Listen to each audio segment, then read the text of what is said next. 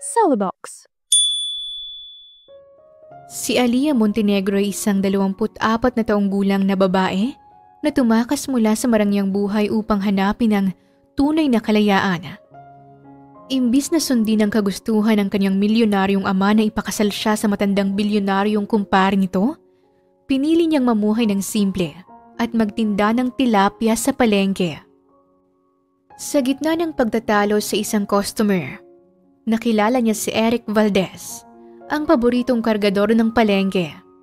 Bukod sa pagiging makisig, taglay din ni Eric ang isang ginintuang puso na agad pumukaw sa damdamin ni Aliyah.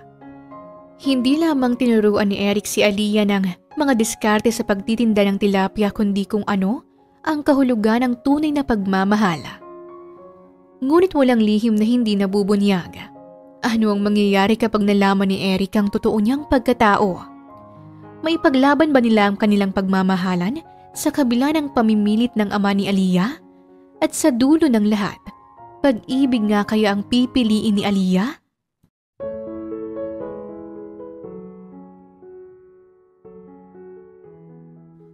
Hoy, Ineng, ano ba naman yan? 30 minutos na akong naghihintay dito. Hindi ka pa rin ba tapos magkaliskis at maglinis ng binili kong tilapia? Ano bang ginagawa mo dyan? Halos 30 minutos na rin nagbubunga nga ang matandang babae kay Aliyah dahil sa bagal ng dalaga sa pagkilos. Karamihan ng mga tindera at customer ay nabubulabog na rin sa eksena ng dalawa. Ma'am, pasensya na po.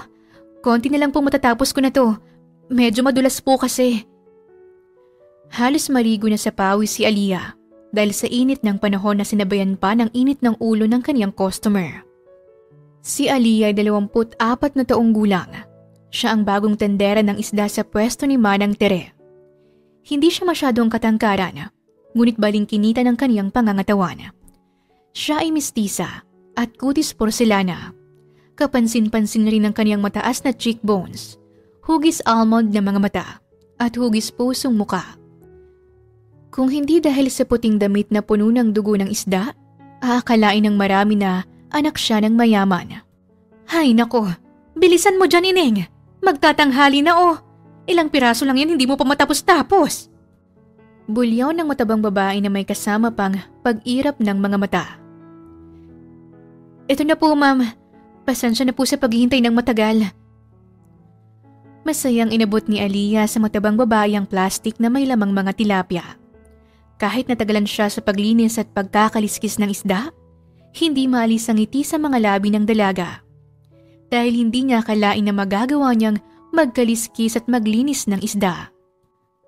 Ano to, Ineng? Lasog-lasog na oh. At itong ulo, parang nag-resign na sa katawan.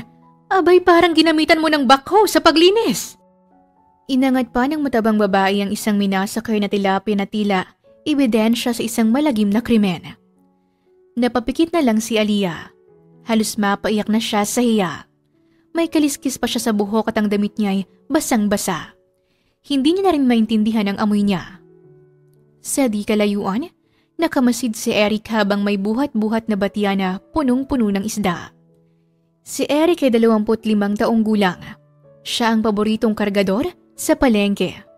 May tangkad siya na 6 na talampakan, kaya't kapansin-pansin ang kaniyang presensya. Itim ang kulay ng kaniyang mga mata at buhok, na bumabagay sa kaniyang morenong balat. Matipuno rin ang kaniyang pangangatawan.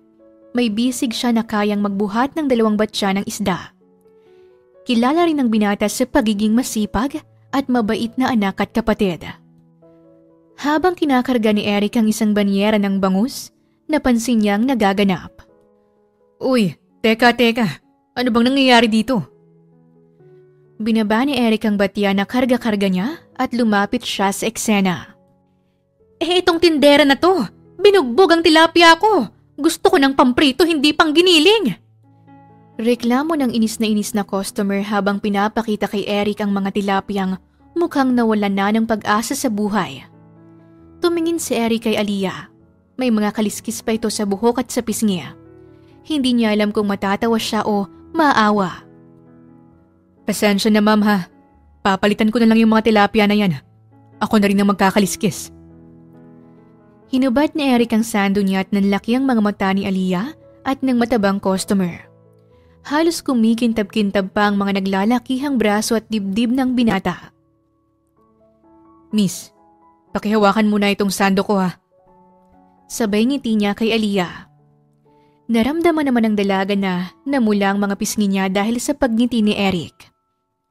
Habang abala si Eric sa paglilinis at pagkakaliskis ng isda, abala naman ang dalawang babae sa pagtingin sa katawan niya. 5 minuto lang at inabot na ng binatang nakaplastik na tilapia sa matabang babae. "Ma'am, ito na po yung tilapia mo. Pasensya na ulit." Napangiti naman ang customer dahil sa hindi maitagong kilig. "Aba, kung ikaw ba naman ang laging maglilinis at magkakaliskis ng mga tilapiyang bibilhin ko, aaraw-arawin ko talagang pagpunta dito." Humalakhak naman si Eric dahil sa banat ng customer sa kanya. "Nako, baka tubuan ka na rin ng kaliskis kung araw-araw kang kakain ng tilapia, ma'am." "Basta ba, araw-araw rin kitang makikita kahit maging serena pa ako." Napangiti lang si Eric. Sanay na siya sa mga ganitong pambobola pero natuto na rin siyang sumakay na lang. "Si ma'am naman, paano pa tayo makikita niyan araw-araw kung sa dagat ka natitira, hindi ba?" "Ikaw talaga? O siya, makaalis na nga. Piprituhin ko pa ito. Sa susunod ulit." Kumindat pa ang matabang babae kay Eric bago umalis. "Salamat sa pagtulong sa akin ha." Inabot naman ni Aliyah ang sando ni Eric sa kanya. "Wala yon. Bago ka lang bang nakapagkaliskis at linis ng mga isda?" Tanong ng binata habang sinusuot ang damit niya. "Oo, bago lang." Nahihiyang sagot ni Aliyah. Bigla na lang hinawakan ni Eric ang mga kamay ng dalaga at tinignan ang mga palad niya. "Naku, nagkasugat-sugat ng mga kamay mo sa tinik ng tilapia. Sa lambot ng kamay mo, halata nga na hindi ka sanay sa ganitong trabaho." Binitawan naman ni Eric ang mga kamay ni Aliyah nang maramdaman na hindi ito komportable. "Nga pala, saan si naman ang tere?" Iniba ni Eric ang usapan para hindi manibago si Aliyah sa kanya. "Nasa bahay siya ngayon. Medyo masama kasing pakiramdam niya kaya ako munang nagbantay ng pwesto niya rito sa palengke. Sayang rin kasi ang kikitain." Paliwanag ni Aliyah habang nililinis ang pwesto. "Kaano-ano ka pala ni Manang Tere?" Pamangkin. Pamangkin niya ako." Umiwas ng tingin si Aliyah sa mga mata ni Eric. "Talaga? May pamangkin pala si Manang Tere. Akala ko wala siyang mga kapatid." Baka sa mukha ni Eric ang pagtataka at pagkalito. "Ha? Pamangkin niya ako sa malayong kamag-anak. Ano nga palang pangalan mo?" Sinubukan naman ni Aliyah na baguhin ang usapan para hindi na magtanong pa si Eric. "Ako nga pala si Eric. Kargador ng mga isda sa palengke. Araw-araw mo ako makikita dito. Ikaw, anong pangalan mo?" "Ako si Aliyah." "Aliyah pala. May mga kaliskis pala sa mukha at buhok mo." Nakaramdam ng hiya si Aliyah dahil sa lagay ng itsura niya. Saan? Saan banda?" Sinubukang alisin ng dalaga ang mga kaliskis sa buhok niya. "Tulungan na kita." Dahan-dahan namang inalis ni Eric ang mga kaliskis sa mukha at buhok ni Aliyah. "Salamat, Eric." Hindi mapigilan ni Aliyah na maging magaan ang loob sa lalaki dahil na rin sa kabutihan na pinapakita nito sa kanya. "Mauna na ako, Aliyah. Marami pa akong bibit-bitin ng mga isda. Kung kailangan mo ng tulong, huwag kang mahiya na puntahan ako dun sa fishport. Malapit lang naman dito." "Sige, Eric."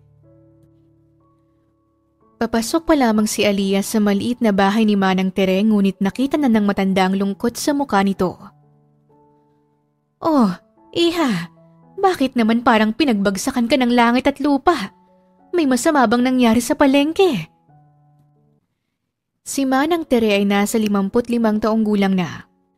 Maputi na ang kanyang buhok at may mga kulubot na rin ang kanyang muka. Halos nakuba na rin ang likod ng matanda dahil sa pagtatrabaho. Bago pa siya nagkapwesto sa palengke, dati siyang yaya ni Aliyah. Napasandal si Aliyah sa upuan dahil sa sobrang pagod sa buong araw na pagtitinda sa palengke.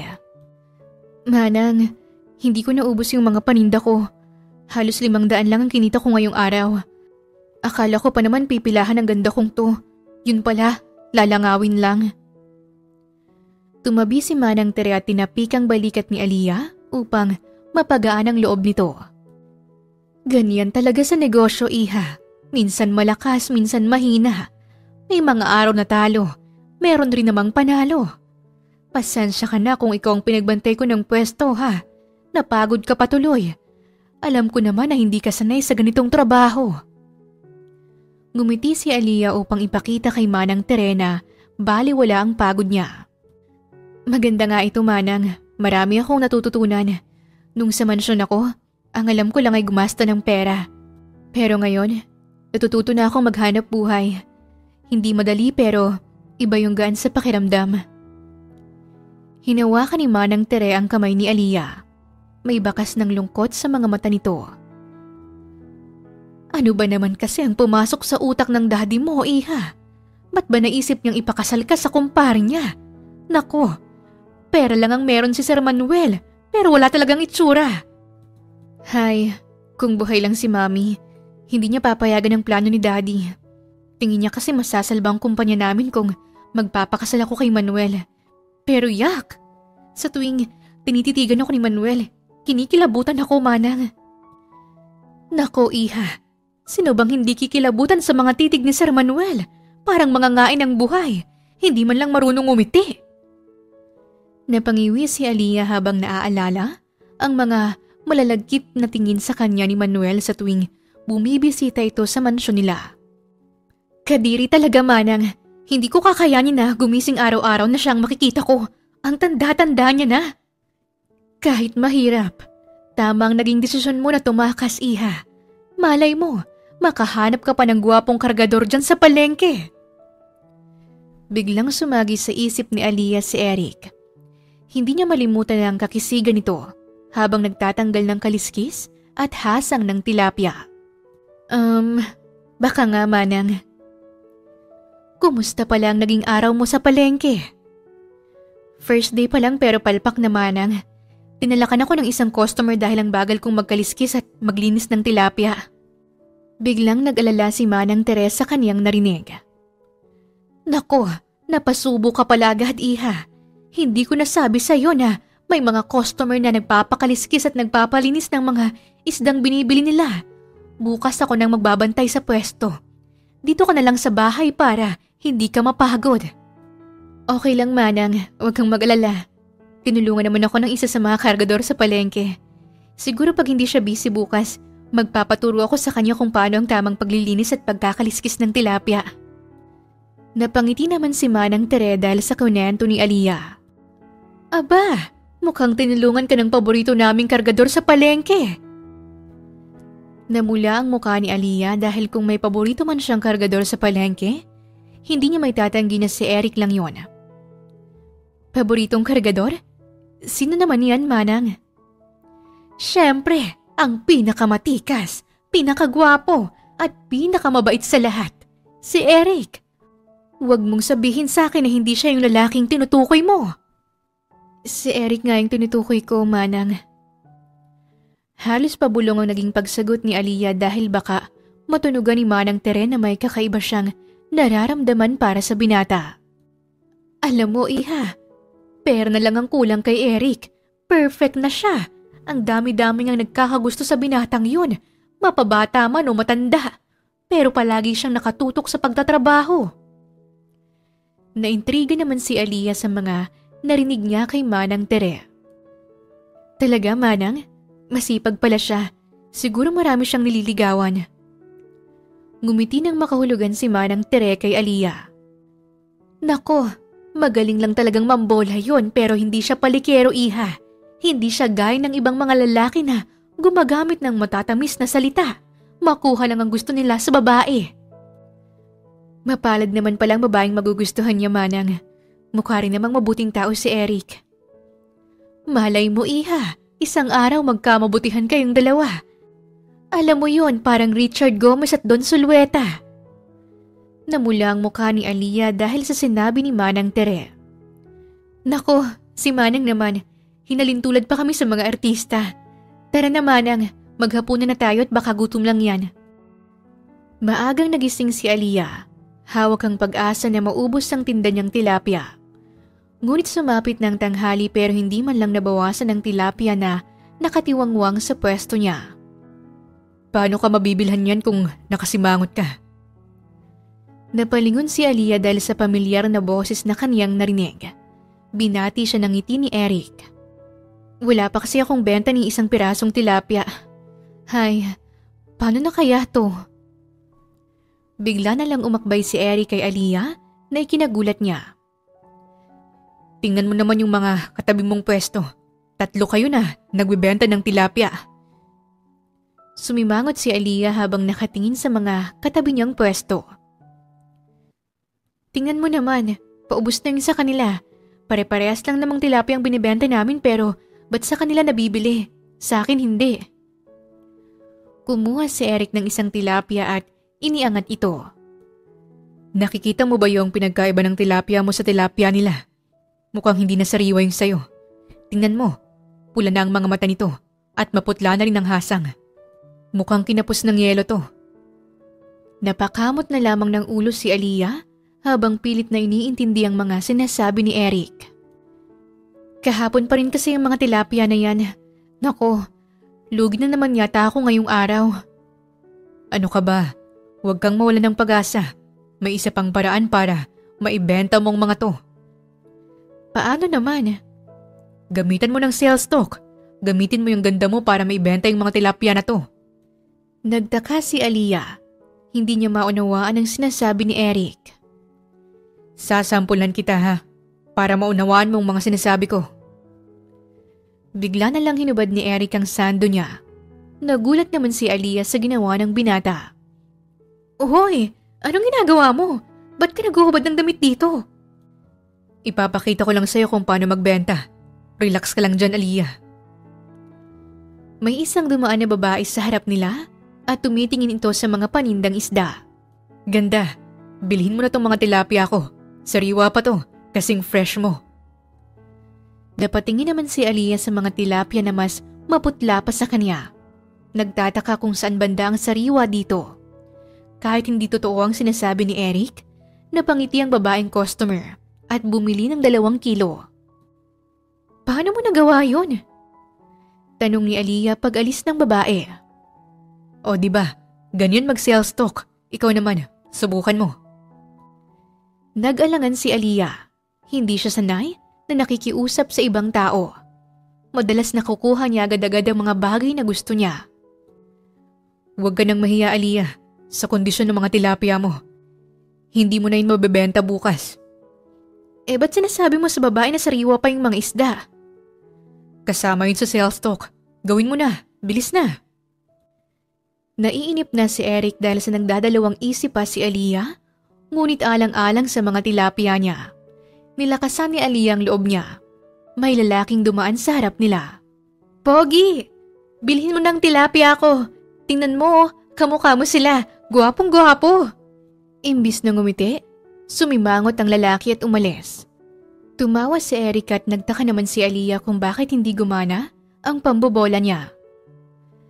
Ba't hindi gumana, Eric? Tumawa si Eric. Ba't naman kasi kinumpara mo yung mukha niya sa tilapia? Magagalit talaga yun. Subukan mo pa ulit. Sumimangot si Aliyah at tila nauubos ng pag-asa niya na makakabenta pa siya ng tilapia. Hindi ko nga kaya, Eric. Gamitin mo yung ganda mo. Sige na, magpa-cute ka. Last na lang to. Pag hindi pa gumana, ayoko na talaga. Kaya mo yan. Isang lalaki naman ang dumaan sa harap nila. Pogi! Bili ka na ng tilapia ko. Masarap to. Parang ako. Sabay kumindat si Aliyah sa lalaki. Napabili naman niya ito ng 2 kilo. Nagawa ko, Eric! Napayakap si Aliyah kay Eric dahil sa sobrang saya. Nagulat ang binata sa ginawa ng babae. Natauhan si Aliyah sa ginawa niya at nahiya kay Eric. O diba, sabi ko sa'yo kaya mo yan eh. Pero alisin mo na yung linya na masarap to parang ako. Baka bukas pagdaan ko dito sa pwesto mo, wala ka na dahil ikaw nang nabenta. Biro ni Eric kay Aliyah. Nako, wala namang bibili sa akin no? Yan ang akala mo. Baka nga pilahan ka pa ng mga kalalakihan dito eh. Ang dami kayang mga kargadorang nagkakagusto sa'yo. Tumaas naman ang kilay ni Aliyah. Hindi naniniwala sa sinasabi ni Eric. Ikaw lang ang lalaki na lumalapit at pumapansin sa akin eh. Dahil ako lang ang malakas ang loob. Hindi naman pinansin ni Aliyah ang mga sinasabi ni Eric patungkol sa kanya dahil baka maniwala siya. Nga pala Eric, wala ka bang trabaho ngayon? Baka naman naabala na kita. Huwag kang mag-alala Aliyah. Break ko ngayon. Habang libre pa ako. Tutulungan muna kitang ibenta yung mga tilapia mo. Sayang talaga yan kung hindi mauubos ngayong araw. Maraming salamat Eric. Ang laki na ng utang na loob ko sa'yo. Pag naubos tong paninda mo, ilibre mo na lang ako. Ngumiti si Eric habang nakatingin kay Aliyah. Bumilis ang tibok ng puso ng dalaga, ngunit pinili niyang magsalita. Sige, pag naubos natin to. Bago pa sumapit ang hapon, naubos ang panindang tilapia ni Aliyah sa tulong na rin ni Eric. Eric, naubos ang paninda ko! Hindi maitago ni Aliyah ang saya na nararamdaman niya. Paano ba yan? Di, ililibre mo ako ngayon. Nakaramdam ng saya si Eric dahil nakita niya ang mangingiti sa labi ni Aliyah. Tara, ililibre kita sa Starbucks. Hirit ni Aliyah kay Eric. Natawa lang ang binata. Nako Aliyah, saan ka naman makakaharap ng Starbucks sa gitna ng palengke? At napakamahal nun. Ilibre mo na lang ko ng palamig dyan, kila Ate Inday. Nauuhaw na rin naman ako. Nagtaka naman si Aliyah sa pagtanggi ni Eric. Sigurado ka ba na okay lang sa'yo kahit palamig lang? Oo naman, kahit ice water nga lang pwede na eh. Oh sige, ikaw ang bahala. Pumunta ang dalawa sa pwesto ni Ate Inday. Ate, isang buko juice, yung tag-10 lang. Ikaw Aliyah, anong gusto mo? Ha? Hindi ako umiinom ng palamig Eric. Nahihiyang sambit ni Aliyah. Bakit naman? Ayaw mo ba ng may lasa? May iba't ibang flavor ka naman na pwedeng pagpilian no? Chocolate, buko juice, pineapple. Ano tong green Ate Inday? Avocado ba yan? Tanong ni Eric sa tindera ng palamig. Pipino yan, Eric. Oh, may pipino pa pala, Aliyah. Ayaw mo ba talaga? Sensitibo kasi ang tiyan ko sa ganyan, Eric. Nagtaka ang binata sa sinabi ni Aliyah. Parang pangmayaman pala yung tiyan mo. Sige, ako na lang ang iinom. Habang lumalagok ng palamig si Eric, hindi naman maalis ang tingin ni Aliyah sa kanya. Maaga pa lang ay umuwi na si Aliyah at bakas ang saya sa mukha niya. Napansin naman agad ito ni Manang Tere. Aba, mukhang good mood ang alaga ko ah. Sino naman kaya ang dahilan ng mga ngiting yan? Panunokso ni Manang Tere kay Aliyah. Hay, si Manang talaga. Masaya lang ako kasi napaubos ko yung mga tinda kong tilapia. May pambili na naman tayo ng paninda na may bebenta para bukas. Sabi ko naman sa'yo eh, may mga panahon na mananalo ka rin talaga. Paano mo pala napaubos, iha? Nilako mo ba? Hindi po, Manang. Tinulungan ako ni Eric. Napangiti si Manang Teresa kanyang narinig. Mukhang nagiging malapit na talaga kayo ni Eric ah. Namula si Aliyah sa hiya. Manang naman, magkaibigan lang kami ni Eric. Hanggang dun lang yon. Aba, huwag kang magsalita ng tapos, iha. Baka kayo lang din ang magkatuluyan sa huli. Wala pong ganun, Manang. Hindi naman nagpaparamdam sa akin si Eric na may intensyon siyang manligaw. Magaling mambola yang si Eric, pero hindi pa nagkaka-girlfriend yon. Kaya siguradong hindi rin marunong manligaw. Nagtaka si Aliyah sa sinabi ni Manang Tere. Sa gwapo niyang yun, hindi pa talaga siya nagkaka-girlfriend? Parang imposible talaga, Manang. Hindi ko rin nga mapaniwalaan nung una, pero yun ang kwento sa akin ng nanay niya. Napakamot ng ulo si Aliyah. Bakit naman kaya, Manang? Pihikan ba siya o baka naman hindi babae ang type niya? Nako, lalaking lalaki si Eric, iha. Kaso nga lang, marami lang talaga siyang responsibilidad sa buhay. Kaya siguro nawala na rin siya ng interes sa mga babae. Ano namang mga responsibilidad yun, Manang? Mangingisda ang tatay ni Eric, pero namatay dahil sa paggamit ng dinamita sa pangingisda. Simula nun, si Eric na ang sumalo ng lahat ng responsibilidad. Hindi siya nakapagtapos ng high school dahil kinailangan niyang magtrabaho. Pansin ko rin nga na napakasipag niya, Manang. Talo niya pa magtrabaho yung may 7 anak na binubuhay. Habang nag-uusap silang dalawa, napansin ni Aliyah na hirap sa paghinga si Manang Tere. Manang, ayos ka lang ba? Medyo nahihirapan akong huminga, Aliyah. Hindi kaya dahil sa goiter mo, Manang? Gusto mo bang magpa-check up tayo bukas ng umaga? Nako, wag na, Aliyah. Gastos lang yan. Manang naman, kailangan nating malaman ang totoo mong kalagayan. Ang pera kikitain pa, pero ang buhay, hindi na may babalik. Ngumiti si Manang Tere dahil ramdam niya ang pag-aalala sa kanya ni Aliyah. Oh, sige na nga. Agad na pumunta si Aliyah at Manang Tere sa espesyalista. Dok, kumusta po ang kalagayan ni Manang? May bakas ng pag-aalala ang tinig ni Aliyah. Base sa resulta ng kanyang ultrasound at blood test, lumaki na ng husto ang goiter ni Manang Tere. At dahil dito, naipit na ang kanyang daluyan ng hangin, kaya siya nahihirapan sa paghinga. Delikado po ba, Dok? Napatingin si Aliyah kay Manang Tere at nakita niya ang takot sa mukha nito. Oo, kung hindi agad maagapan, maaaring lumala pa ang kondisyon niya. Iminumungkahi kung sumailalim na siya sa operasyon sa lalong madaling panahon para matanggal ang goiter. Napahawak si Manang Tere sa kaniyang lieg. Kinakailangan na po ba talaga, Dok? Oo, Manang. Sa laki ng goiter, hindi na sapat ang gamot lang. Pero huwag kayong mag-alala, ligtas ang operasyon at mas giginhawang pakiramdam niyo pagkatapos. Narinig mo yun, Manang? Para rin yan sa ikakaginhawa mo. Nandito lang ako para sa'yo. Hinawakan ni Aliyah ang kamay ni Manang Tere. Ang inaalala ko ay yung babayaran ko para sa operasyon, iha. Wala akong ibang kinabubuhay kundi ang pwesto ko sa palengke. Uuwi na lang ako sa amin, Manang. Nandun sa mansyon ng ATM ko at mga alahas. Sapat na ang mga yun para mapa-opera kita. Naku, iha. Yan ang wag mong gagawin. Makapag pumunta ka doon, mawalan ka ng pagkakataon na makatakas pa. Huwag mo kong alalahanin. Gagawan ko ng paraan para matulungan ka, Manang. Hindi tayo susuko. Mapapa-opera natin yung goiter mo. Maagang pumunta si Aliyah sa pwesto para makarami ng benta.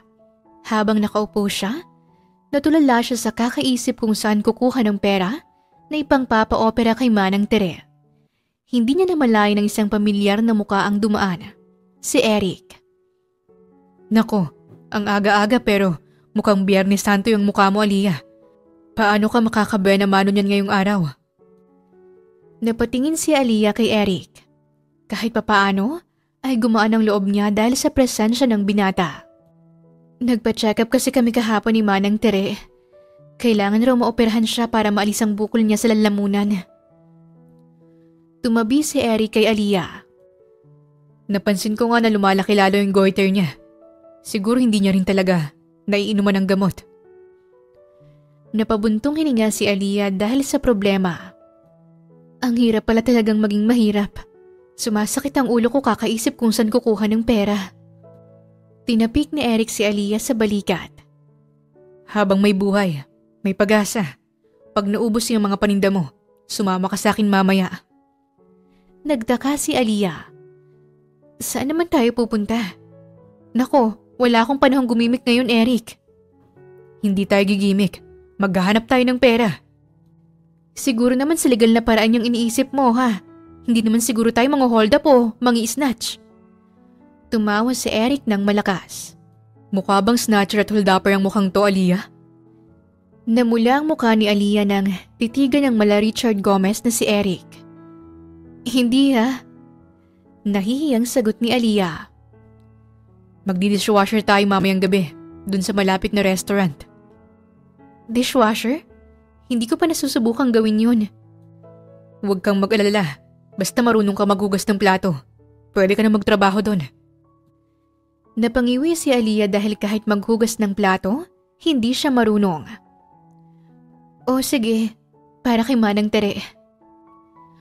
Kumagat na ang dilim nang maubos ang panindang tilapia ni Aliyah. Agad silang tumungo ni Eric sa restaurant kung saan sila magdi-dishwasher. Eric, sigurado ka ba na pabilis kumilos yung kasama mo? Ang dami pa namang customer ngayong gabi. Matalas ang tingin ng babaeng manager kay Aliyah. Nasa 40 na ito at hindi matatago na istrikto ito pagdating sa trabaho. Oo, Ma'am Ellen. Mabilis magtrabaho tong si Aliyah. Sanay ang mga kamay niya sa trabaho. Napalunok na lang si Aliyah sa sinabi ni Eric tungkol sa kanya. O siya, simulan niyo na ang pagtatrabaho.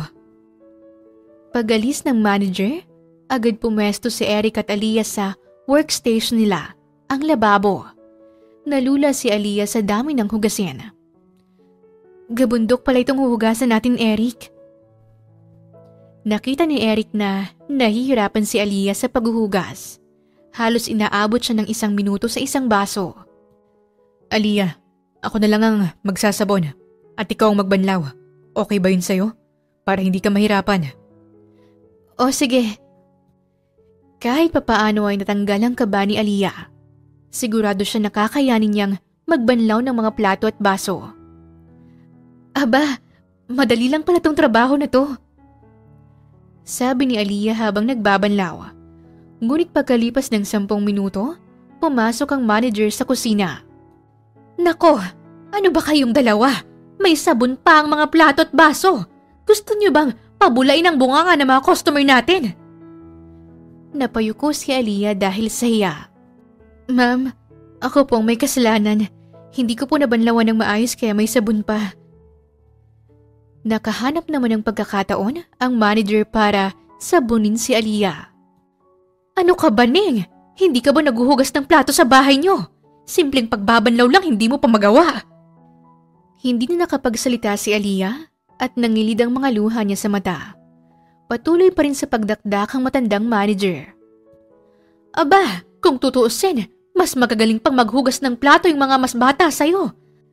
Ano ba naman tong dinala mo dito, Eric? Prinsesa ata to eh. Napansin ni Aliyah na nakasimangot na si Eric.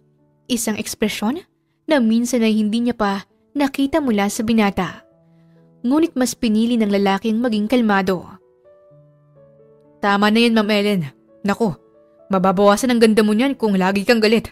Ako nang bahala dito kay Aliyah. Pagod lang tong manok ko kaya medyo mahina ngayon. Kumalma naman ang manager dahil sa pambobola ni Eric. Pasalamat ka, malakas ka sa akin, Eric. Ayusin mo yan. Umalis na ang manager ngunit nakayuko pa rin si Aliyah. Huwag ka nang malungkot. Ganun lang talaga si Ma'am Ellen. Nagme-menopause na siguro kaya laging mainit ang ulo. Huwag mo nalang dibdibin. Iniwasan ni Aliyah na tumingin sa mga mata ni Eric dahil sa hiya. Dahil sa akin pati ikaw napapagalitan. Inakbayan ni Eric si Aliyah. Sanay na ako sa ganyan. Huwag mo kong alalahanin. Madalas nga minumura pa ako. Nagtaka si Aliyah. Meron bang hindi tinatabla ng charm mo? Napangiti si Eric. Siyempre, hindi sa lahat ng oras. Tumatalab yung mga pambobola ko. Magtrabaho na tayo. Kahit mabagal kumilos si Aliyah, buong tiyaga si Eric sa pagtulong at pag-alalay sa kanya. Inabot na sila ng 11:00 bago nakauwi. Napagod ka ba? Tanong ng binata kay Aliyah habang naglalakad sila pa uwi. Oo, akala ko madali lang ang pagdi-dishwasher. Ang sakit pala sa braso at sa likod. Araw-araw mo bang ginagawa yan? Pag wala akong ibang sideline, nagdi-dishwasher ako. Kung sa kasipagan talaga walang tatalo sa'yo, Eric. Dinukot ni Eric ang salon pa sa loob ng bag niya at binigay ito kay Aliyah. Ilagay mo to sa likod mo bago ka matulog para bukas hindi sumakit ang mga kasukasuan mo. Nako, nag-abala ka pa. Baka makita na naman kitang malungkot bukas dahil masakit ang katawan mo. Pwede pa ba akong sumama sa'yo bukas sa pagdi-dishwasher? May ibang sideline bukas baka hindi kita masama. Ano naman yun? Ngumiti si Eric. Secret. Oh, andito na tayo sa bahay niyo. Pasensya ka na ha, at sinama pa kita magtrabaho sa restaurant. Sumama pa tuloy ang loob mo. Okay lang, at least may 400 naman ako. Kakasama mo talaga sa akin. Magiging alipin ka na rin ng salapi. Malamang, ganun na nga ang mangyayari. Ngumiti lang si Eric at lumakad na pa uwi. Kakasama ko sa'yo. Mahulog na talaga ang loob ko sa'yo. Bulong ni Aliyah habang tinititigan si Eric na lumalakad papalayo. Kinabukasan, nakatitig lang si Aliyah kay Eric habang abala ito sa paglalagay ng mga tilapia sa pwesto niya. Kanina mo pa ako tinititigan, Aliyah. Baka matunaw na ako niyan. Biro ni Eric sa dalaga. Agad namang inalis ni Aliyah ang tingin niya kay Eric at kunwari ay abala siya sa pagbibilang ng pera. Hindi ha. Nagtataka lang ako kung bakit ang sipag-sipag mo. Para bang hindi ka napapagod. Kailangan ko magbanat ng buto para sa pamilya ko. Ako lang ang inaasahan nila. Napatingin muli si Aliyah kay Eric. Nais pa niyang makilala ang binata. Bakit? Ilan ba kayong magkakapatid? 10 kami. At ako ang panganay. Nanlaki ang mga mata ni Aliyah. 10? Aba, isang basketball team na kayo niya na. At may pang-bench pa. Napangisi si Eric. Masipag si nanay at tatay. Anong magagawa natin? Napaisip si Aliyah. Kaya pala hindi ka nagkaka-girlfriend. Wala ka ng oras. Napatingin si Eric kay Aliyah. Kung gugustuhin ko man, madali lang ako magkaka-girlfriend. Ibig sabihin ikaw mismo ang ayaw mag-girlfriend? Ganun na nga. Kumunot ang noo ni Aliyah dahil sa pagtataka. Bakit naman? Hinihintay ko pa yung tamang babae para sa akin. Ano ba yung tamang babae para sa'yo? Sa dami ng babaeng nagkaka-interes sa'yo, imposible naman na ni isa sa kanila hindi pasok sa standard mo. Napakapihikan mo lang siguro talaga. Hindi naman ako pihikan. Ang hinahanap ko kasi yung babaeng kaya kong samahan sa hirap at ginhawa. Yung kahit sa gitna ng hirap, nandyan pa rin. Ganun kasi ang nakita kong pagsasama nila, nanay at tatay.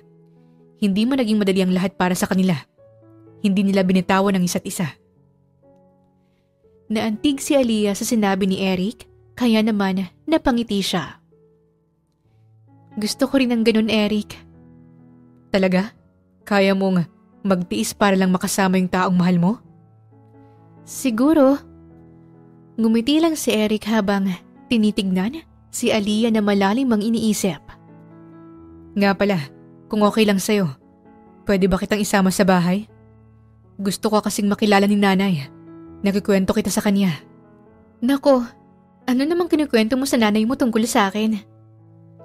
Na ikaw ang pinakamagandang tendera ng isda dito sa palengke. Namula si Aliyah dahil sa sinabi ni Eric. Ikaw talaga, na fake news mo pang nanay mo. Mamaya mag-expect yun. Pero sige, pumunta tayo dun sa inyo mamaya. Gusto ko rin siyang makilala. Pagkaubos ng mga paninda ni Aliyah, sumama siya sa bahay ni na Eric. Nakatayo ang kanilang maliit na kubo sa tabi ng dagat. Pagpasok pa lang sa bahay ni na Eric, nakita ni Aliyah na parang mga nagsisiksik ang sardinas ang mga kapatid ng binata. Ang babata pa pala ng mga kapatid mo, Eric. Napakamot ng ulo si Eric. Oo, 4 na taon yung pinakabunso namin. Si Dodong. Yung sumunod naman sa akin 18 na. Yan si Nika. Kakagraduate lang sa grade 12. Kahawig ni Nika si Eric. Morena ito, matangkad at mahaba ang buhok. Hi Ate Aliyah, tama nga yung sinasabi sa amin ni Kuya. Kamukha mo si Don Zulueta. Ang ganda-ganda mo. Namula ang tenga ni Aliyah dahil sa mga papuri sa kanya ni Nika. Nako, bulera ka rin pala katulad ng kuya mo, Nika. Pagbibiro ni Aliyah kay Nika. Maganda ka nga talaga ate. Lagi ngang pinagmamayabang sa amin ni kuya na araw-araw may Diyosa na kasama siya eh. Napatingin si Aliyah kay Eric. Halata namang nahihiya ang binata dahil sa pambubuko sa kanya ng kapatid niya. Hoy Nika, awat na yan. Ang daldal mo talaga. San pala si nanay? Nandun siya sa kanto kuya. Nagtitinda ng barbecue. O sige, pupuntahan namin muna siya.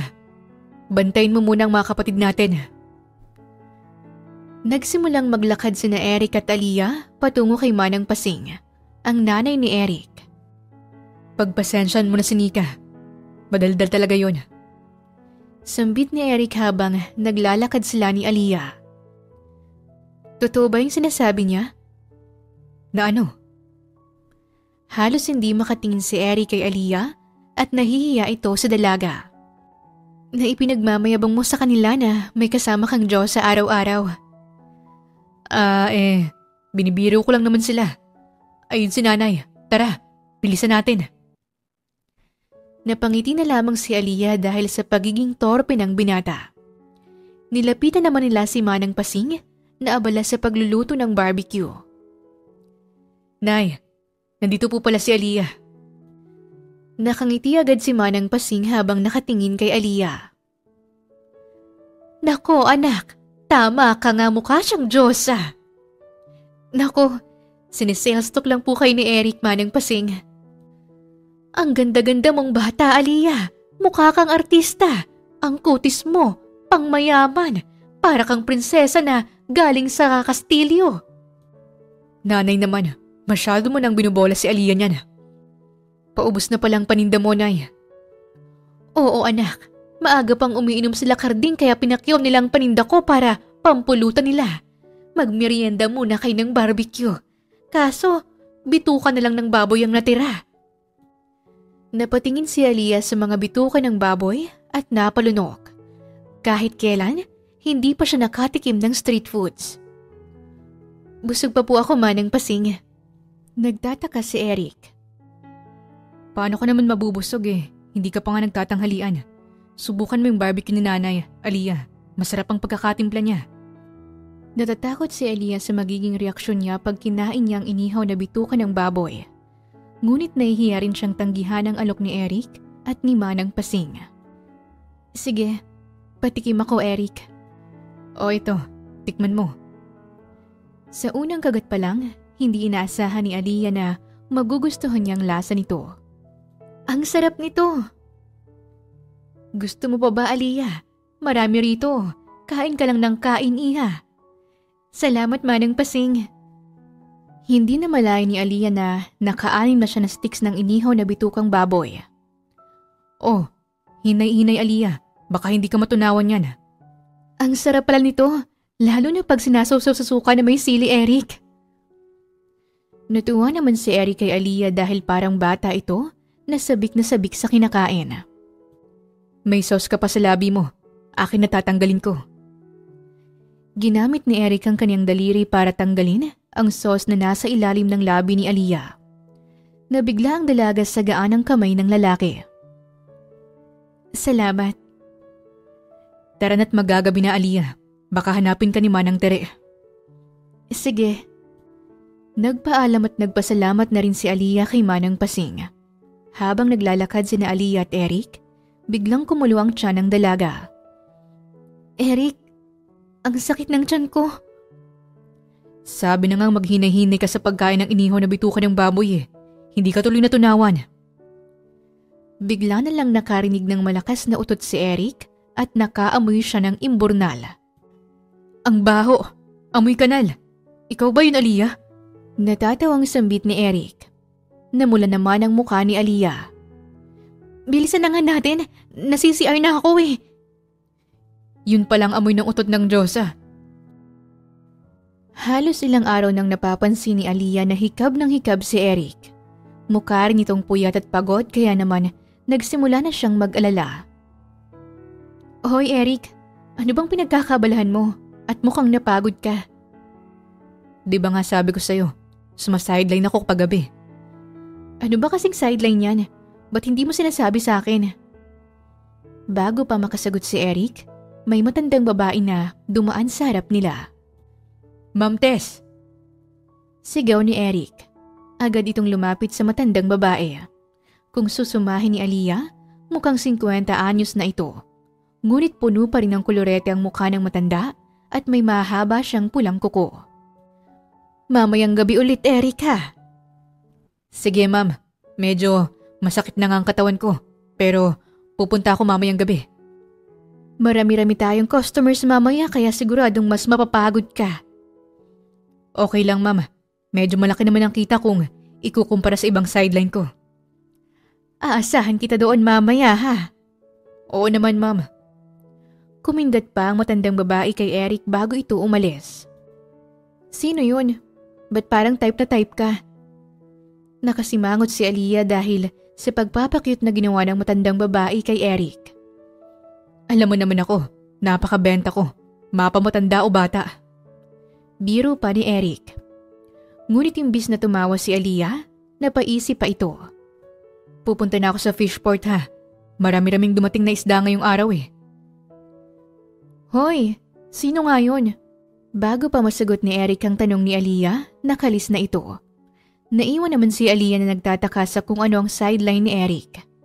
Pag-uwi niya sa bahay ni Manang Tere, napansin ng matanda na may malalim na siyang iniisip. Aliyah, mukhang malalim ang iniisip mo. Meron bang bumabagabag sa'yo, iha? Napatingin naman si Aliyah kay Manang Tere. Nag-aalangan kung sasabihin niya dito ang laman ng isip niya. Napapaisip lang po ako tungkol kay Eric, Manang. Napangiti naman si Manang Tere. Aba, mukhang nagiging seryoso na yata yung nararamdaman mo para kay Eric ha? Pinabulaan na naman ni Aliyah ang iniisip ni Manang Tere.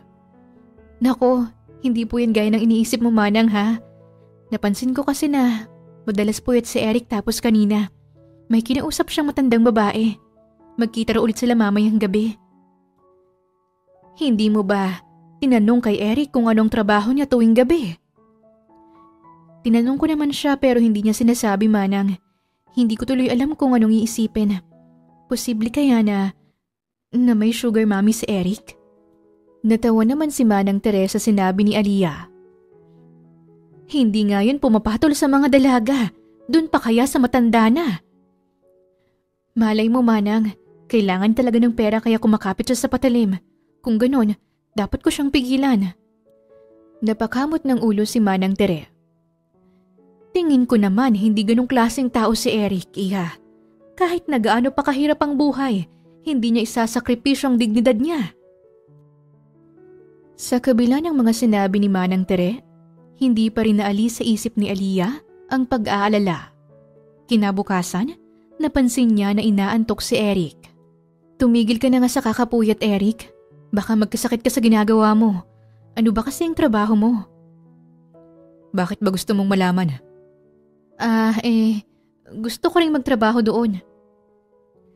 Napatingin si Eric kay Aliyah. Mukha siyang walang tulog. Hindi ka pwede doon. Baka mapahama ka. Nakaramdam naman ng inis si Aliyah dahil sa patuloy na nililihim ni Eric ang tungkol sa trabaho nito. Bahala ka nga dyan. Buong araw hindi pinansin ni Aliyah si Eric. Ngunit nang matapos siya sa pagtitinda ng isda, lihim niyang sinundan si Eric sa trabaho nito.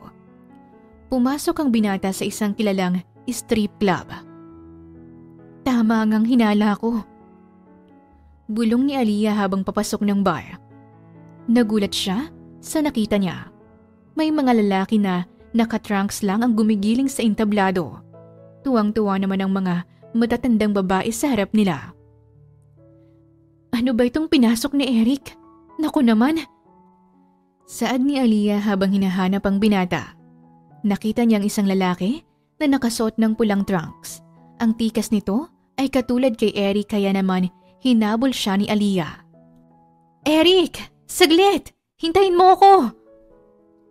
Pagharap ng lalaki, hindi ito si Eric. Ngunit nagpakita ito ng interes kay Aliyah. Miss, gusto mo ba akong i-take out? Pasensya ka na kuya, akala ko kakilala ko. Aalis na sana si Aliyah ngunit hinawakan ng macho dancer ang braso niya. Dahil maganda ka, libre na lang sa'yo ang isang buong gabi. Nanlaki ang mga mata ni Aliyah sa kaniyang narinig. Nako, nagkakamali ka kuya. May hinahanap lang ako kaya pumunta ako dito. Ngumisi ang macho dancer. Ba't ka pa maghahanap ng iba kung nandito naman ako? Alam mo ba, miss, ako ang pinakamasarap dito. Pag natikman mo ako, siguradong hahanap-hanapin mo to. Inalis ni Aliyah ang kamay ng lalaki sa braso niya. Mali ka nang inaalala, kuya. Magsasalita pa sana ang macho dancer nang pumasok si Eric sa eksena. Sir, girlfriend ko yan. Ako ang hinahanap niya, kaya pumunta siya rito. Sabi ni Eric habang marahang hinihila si Aliyah palayo sa macho dancer. Nagulantang naman si Aliyah sa sinabi ni Eric. Ganun ba, boss? Akala ko, customer siya rito eh. Umalis ang macho dancer at naiwan ang dalawa. Ano bang ginagawa mo rito, Aliyah? Baka sa mukha ni Eric ang pagtataka at pag-aalala. Sinundan kita rito kasi naintriga ako sa trabaho mo tuwing gabi. Lagi ka kasing puyat at pagod.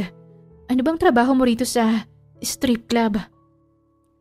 Bumuntong hininga si Eric at ipinakita niya kay Aliyah ang hawak niyang pamunas at spray bottle. Waiter ako dito, Aliyah. Waiter ka naman pala rito pero ba't kailangan mo pang isikreto sa akin? Napayuko si Eric at iniwasang tumingin sa mga mata ni Aliyah. Nahihiya kasi ako na sabihin sa'yo na nagtatrabaho ako sa isang strip club. Baka isipin mo na iba yung ginagawa ko rito. Nakonsensya si Aliyah dahil sa mga maling bagay na iniisip niya patungkol kay Eric. Pasensya na kung napag-isipan kita ng masama, Eric. Pakiramdam ko tuloy, nahusgahan ko ang pagkatao mo. Ngumiti si Eric at hinawakan ng ulo ni Aliyah na para itong isang bata. Ikaw talaga, masyado kang concern sa akin. May gusto ka ba sa akin, Aliyah? Umamin ka na. Biro ng binata. Bumilis ang tibok ng puso ni Aliyah sa tanong ng lalaki. Ha? Hindi no. Normal lang naman ang mag-alala sa isang kaibigan. Sus, ihahatid na kita sa inyo. Paanong trabaho mo dito? Babalik lang ako agad. Baka kung ano pang mangyari sa'yo. Marami pa namang mga lalaking tumatambay dito sa labas ng strip club. Habang nasa palengke, tahimik si Aliyah habang nag-aayos ng paninda niyang tilapia. May lungkot sa kanyang mga mata at hindi niya namalayan na papalapit sa kanya si Eric. Aliyah. Napatingin si Aliyah. Bahagyang nginitian si Eric pero halatang pilit ang ngiti. Kanina pa ako nakatingin sa'yo mula sa kanto. Hindi ka man lang gumagalaw. Parang wala ka sa sarili mo. May problema ba? Napabuntong hininga si Aliyah. Wala naman, Eric. Ayos lang ako. Huwag mo nga akong paikutin. Kilala kita. Kapag ganyan ka katahimik, may mabigat kang dinadala. Sabihin mo na. Napayuko si Aliyah habang pinipilit labanan ang emosyon. Si Manang Tere, sinugod namin sa ospital kahapon. Kinailangan niyang operahan agad. Kaso, kulang kami sa pambayad. Malaki pa yung kailangan eh. Nag-alala si Eric dahil sa sinabi ni Aliyah. Gaano kalaki ang kulang? Wala pa kaming kalahati. At kahit anong gawin kong benta rito, parang hindi pa rin sapat. Iniisip ko nga kung anong pwede kong ibenta para may madagdag lang eh. Lumapit si Eric kay Aliyah at marahang hinawakan ang balikat ng dalaga. Ipa-opera mo na si Manang Tere.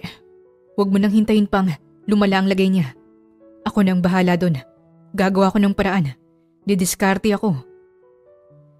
Napatingin si Aliyah kay Eric. Gulat sa mga sinabi ng binata. Ha? Eric, seryoso ka ba? Saan ka naman kukuha ng ganung halaga? Ngumiti lang si Eric. Wala man lang bakas ng pag-aalala sa mukha niya. Basta, magtiwala ka lang. Ako nang bahala. Huwag mo nang alalahanin kung saan ako kukuha ng pera. Ang importante ngayon ay ang maoperahan si Manang Tere. Gawin mo na lang ang kailangan mong gawin sa ospital. Maraming salamat, Eric. Hindi ko alam kung anong pwede kong gawin para mabayaran ka lang sa pagtulong mo sa akin. Wala kang kailangan gawin, Aliyah. Masaya ako na natutulungan kita. Naging matagumpay ang operasyon kay Manang Tere. Kinabukasan, habang nakaupo si Aliyah sa labas ng kwarto ni Manang Tere, lumapit ang nurse na may hawak na bill. Ma'am, ito na po yung bill. Kulang pa po kayo ng 20,000 para maklear po kayo at ma-discharge na rito sa ospital. Napahawak si Aliyah sa noo habang hawak ang bill na ibinigay ng nurse. 20,000? Diyos ko, saan ako kukuha nito? Habang problemado si Aliyah, biglang dumating si Eric. Pawis na pawis at may hawak na sobre. Aliyah! Eric, anong ginagawa mo rito? Bakit ka mukhang hinabol ng jeep? Hingal na hingal si Eric at pawis na pawis. Ito na yung kulang. 20,000. Pwede nang makauwi si Manang Tere. Gulat na gulat si Aliyah nang tanggapin ang sobre at buksan ito. Kompleto nga ang pera. Eric, hindi ko alam kung anong sasabihin ko. Saan mo nakuha to? Ngumiti si Eric at tumabi kay Aliyah. Matagal na ako nag-iipon. Galing yan sa mga sideline ko. Pagbubuhat, pagdi-deliver, extra shift sa gabi. Lahat ng racket na legal, pinasok ko. Nangilid ang luha ni Aliyah dahil sa kabutihang ipinapakita sa kanya ni Eric. Bakit mo to ginagawa para sa akin? Hindi naman kita kadugo. Sa totoo niyan, wala akong kayang ibalik sa'yo. Tumingin si Eric sa mga mata ni Aliyah. Dahil mahalaga ka sa akin, Aliyah. Hindi alam ni Aliyah kung anong isasagot niya. Hindi mo man napapansin, pero hinahangaan kita. Humahanga ako sa tapang mo, sa tibay ng loob mo, at kung paanong pinipilit mong tumayo kahit sobrang bigat na ng problema mo. Namula si Aliyah dahil sa mga sinabi ni Eric. Hindi ko alam kung karapat-dapat akong tanggapin lahat ng kabutihan mo, Eric. Hindi kita kayang bayaran. Hindi kita kayang suklian. Hindi ko kailangan ng bayad. Ang gusto ko lang, makitang gumagaan ang loob mo. Sapat na yung nakakakita at nakakausap ako ng Diyosa araw-araw sa palengke. Napatawa si Aliyah sa hirit sa kanya ni Eric. Ikaw talaga, kahit sa ganitong sitwasyon, marunong ka pa ring magpatawa. Ngumiti naman si Eric. Para sa'yo, araw-araw akong magiging clown kung kinakailangan. Basta ngumiti ka lang. Napatingin naman si Aliyah sa sobre. Pero hindi ko pa rin matatanggap to nang hindi pinapangako na maibabalik ko ang pera. Pinapangako ko sa'yo, Eric. Bawat sentimo, babayaran ko. Umiling naman si Eric at hinawakan ang kamay ni Aliyah. Aliyah, hindi lahat ng bagay kailangang bayaran.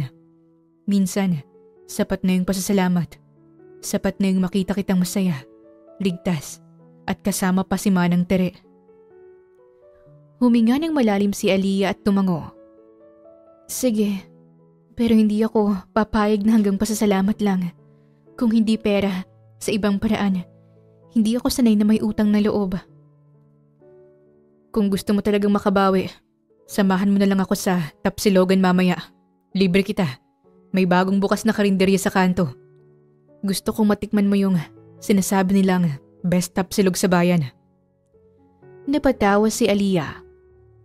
Ikaw talaga, puros pagkain na lang ang nasa isip mo. Ako nang manlilibre mamaya.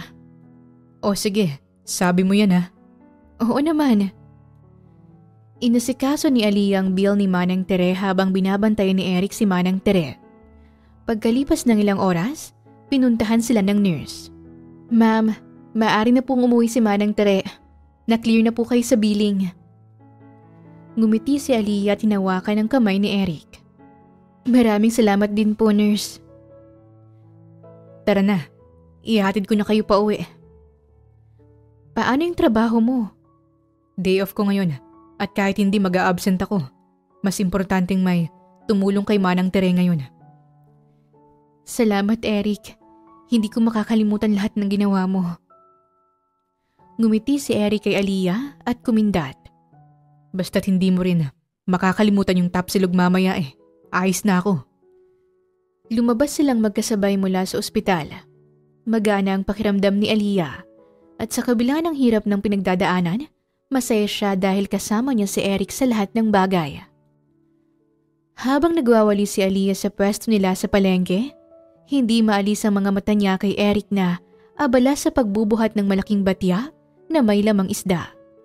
Walang suot na pantaas ang binata kaya naman kitang-kita ang mga muscles nito. Ay aba, Aliyah. Huwag mong tunawin si Eric sa tingin. Kawawa naman ang batang yan. Baka biglang matunaw yun sa sobrang init ng mga mata mo. Sabi ni Manang Tere habang nakaupo sa bangko. Umiinom ng salabat at napansin ang pagnakaw na tingin ni Aliyah kay Eric. Ay Manang, wala ho akong tinitingnan. Naglilinis lang ho ako oh. Namula ang mukha ni Aliyah at itinuon ang mga mata sa kalat na winawalis niya. Tumawa naman si Manang Tere. Nako iha, huwag ka nang magkaila pa. Naranasan ko rin ang humangat magkagusto sa lalaki noong dalaga pa ako. Kung kaedad mo lang nga ako, magkakagusto talaga ako dyan kay Eric. Maliban sa pagiging gwapo, mabait pa at masipag. Napangiti naman si Aliyah. Ay grabe si Manang. Lumapit si Eric. May bitbit na batya at ngumiti ito kay Aliyah. Napansin ito ang pamumula ng dalaga. O Aliyah, ba't namumulay ang mukha mo? Naiinitan ka ba? Gusto mo bang kunan kita ng malamig na tubig? Ako? Hindi ako nauuhaw. Okay naman ako. Ikaw nga tong pawis na pawis. Nauutal na sambit ng dalaga. Habang nilalapag ni Eric ang batya, biglang nahulog ang tuwalya sa balikat niya. Napansin ni Aliyah ang mga pasa sa likod at braso ng binata. Kinabahan siya. Eric, ano yung mga pasa mo? Anong nangyari? Umiling si Eric at pilit siyang ngumiti. Ito? Wala to. Sa pagbubuhat lang yan. Sa gabi, nagdi-deliver ako ng crates ng soft drink sa isang tindahan. Minsan natatamaan, minsan nadudulas. Sanay naman ako na nagkakapasa eh. Bakit kasi kailangan mo mag-sideline pa sa gabi? Hindi pa ba sapat ang kita mo sa araw? Bakas ang pag-aalala at lungkot sa mukha ni Aliyah. Hindi talaga sapat, lalo pat pinapaaral ko ang mga kapatid ko. Hindi naman ako pwedeng umupo lang at magpahinga habang nakikita ko sila na nahihirapan. Ako lang ang masasandalan nila. Sana ako naman yung maging sandalan mo minsan. Bulong ni Aliyah. Napatingin naman si Eric sa kanya. Ha? Wala. Sabi ko lang, sana na may nagpapahinga ka rin paminsan-minsan. Mahalaga rin na alagaan mo ang katawan mo. Lumipas ang ilang araw ngunit hindi na nakikita ni Aliyah si Eric sa palengke. Kaya naman, nagsimula na siyang mag-alala. Manang, ilang araw ko na pong hindi nakikita si Eric. Ano kayang nangyari sa kanya? Nako, baka napagod yun sa kakatrabaho o baka naman may sakit. Nitong mga nakaraang araw, napansin ko na matamlay siya. Subukan mo kaya siyang bisitahin sa bahay nila para malaman mo ang kalagayan niya. Sige Manang, pupuntahan ko siya mamaya pag naubos na tong mga tilapia natin. Pagdating ng hapon, tinungo ni Aliyah ang bahay ni Eric. Kumatok siya at binuksan ni Manang Pasing ang pintuan. Ay Aliyah, ikaw pala yan. Ba't napabisita ka iha? Ilang araw na po kasing hindi pumupunta si Eric sa palengke. Gusto ko sanang malaman ang kalagayan niya. Hay nako, ilang araw nang mataas ang lagnat niya. Ayaw nga niyang magpatingin sa doktor. Napakatigas talaga ng ulo. Pwede ko po ba siyang makita? Sige, pasok ka Aliyah. Baka sa'yo makinig yung bata na yan. Sa loob ng kwarto, nakahiga si Eric, balot ng kumot at maputla. Nilapitan siya ni Aliyah. Eric, kamusta nang pakiramdam mo? Sabi ko naman sa'yo na ingatan mo yung katawan mo eh. Kahit mukhang nangihina si Eric, pinilit niya pa rin ngumiti kay Aliyah. Nasobra na nga yata ako sa pagtatrabaho. Pero mawawala rin tong lagnat na to. Huwag mo kong alalahanin. Umupo si Aliyah sa tabi ng kama ni Eric. Hindi pwedeng hindi kita alalahanin, no? Mahalaga ka sa akin. Nag-aalala rin naman ako sa'yo. Lalo na kung hindi maganda ang kalagayan mo. May gusto ka bang kainin? Bibilhan kita. Ikaw lang sapat na. Tinapik ni Aliyah ang braso ni Eric. Ikaw talaga? Kahit putlang-putla na, nambobola pa rin. Ibibili muna kita ng sopas dyan sa kanto para may laman yung tiyan mo. Sa sumunod na 2 araw, araw-araw na inaalagaan ni Aliyah si Eric. Nagdadala siya ng pagkain, pinapalitan ng tuwalya sa noo at kinakausap para gumaan ang pakiramdam. Pagkalipas ng 3 araw, bumaba ng lagnat ng binata. Ang galing mo palang nurse. Pwede ka na mag-apply sa ospital. Parang sanay na sanay ka mag-alaga eh. Biro ni Eric kay Aliyah habang abala ang dalaga sa pagpunas ng likod nito. Ako kasing nag-alaga sa nanay ko nung nagkaroon siya ng cancer. Nagulat naman si Eric. May cancer pala ang nanay mo? Sana siya ngayon? Wala na siya. Mga 2 taon na rin ang nakakalipas. Tumingin si Eric kay Aliyah. Pasensya na Aliyah, hindi ko alam. Ngumiti lang si Aliyah. Ano ka ba? Okay lang yun, no? Saan pala ang papa mo? Buhay pa ba siya? Buhay naman. Kumusta naman ang relasyon niyong mag-ama? Malapit ba kayo sa isa't isa? Hindi eh. Mas malapit ako sa nanay ko. Bakit naman? Magkaiba kasi kami ng gusto ni Papa. Pera lang ang nasa isip niya. Gusto niya ngang ipakasal. Hindi na malayo ni Aliyah na muntik na niyang masabi kay Eric ang tungkol sa totoo niyang pagkatao. Sinong ipapakasal? Pagtataka ni Eric. Si Papa. Gusto niyang maikasal sa mayamang babae.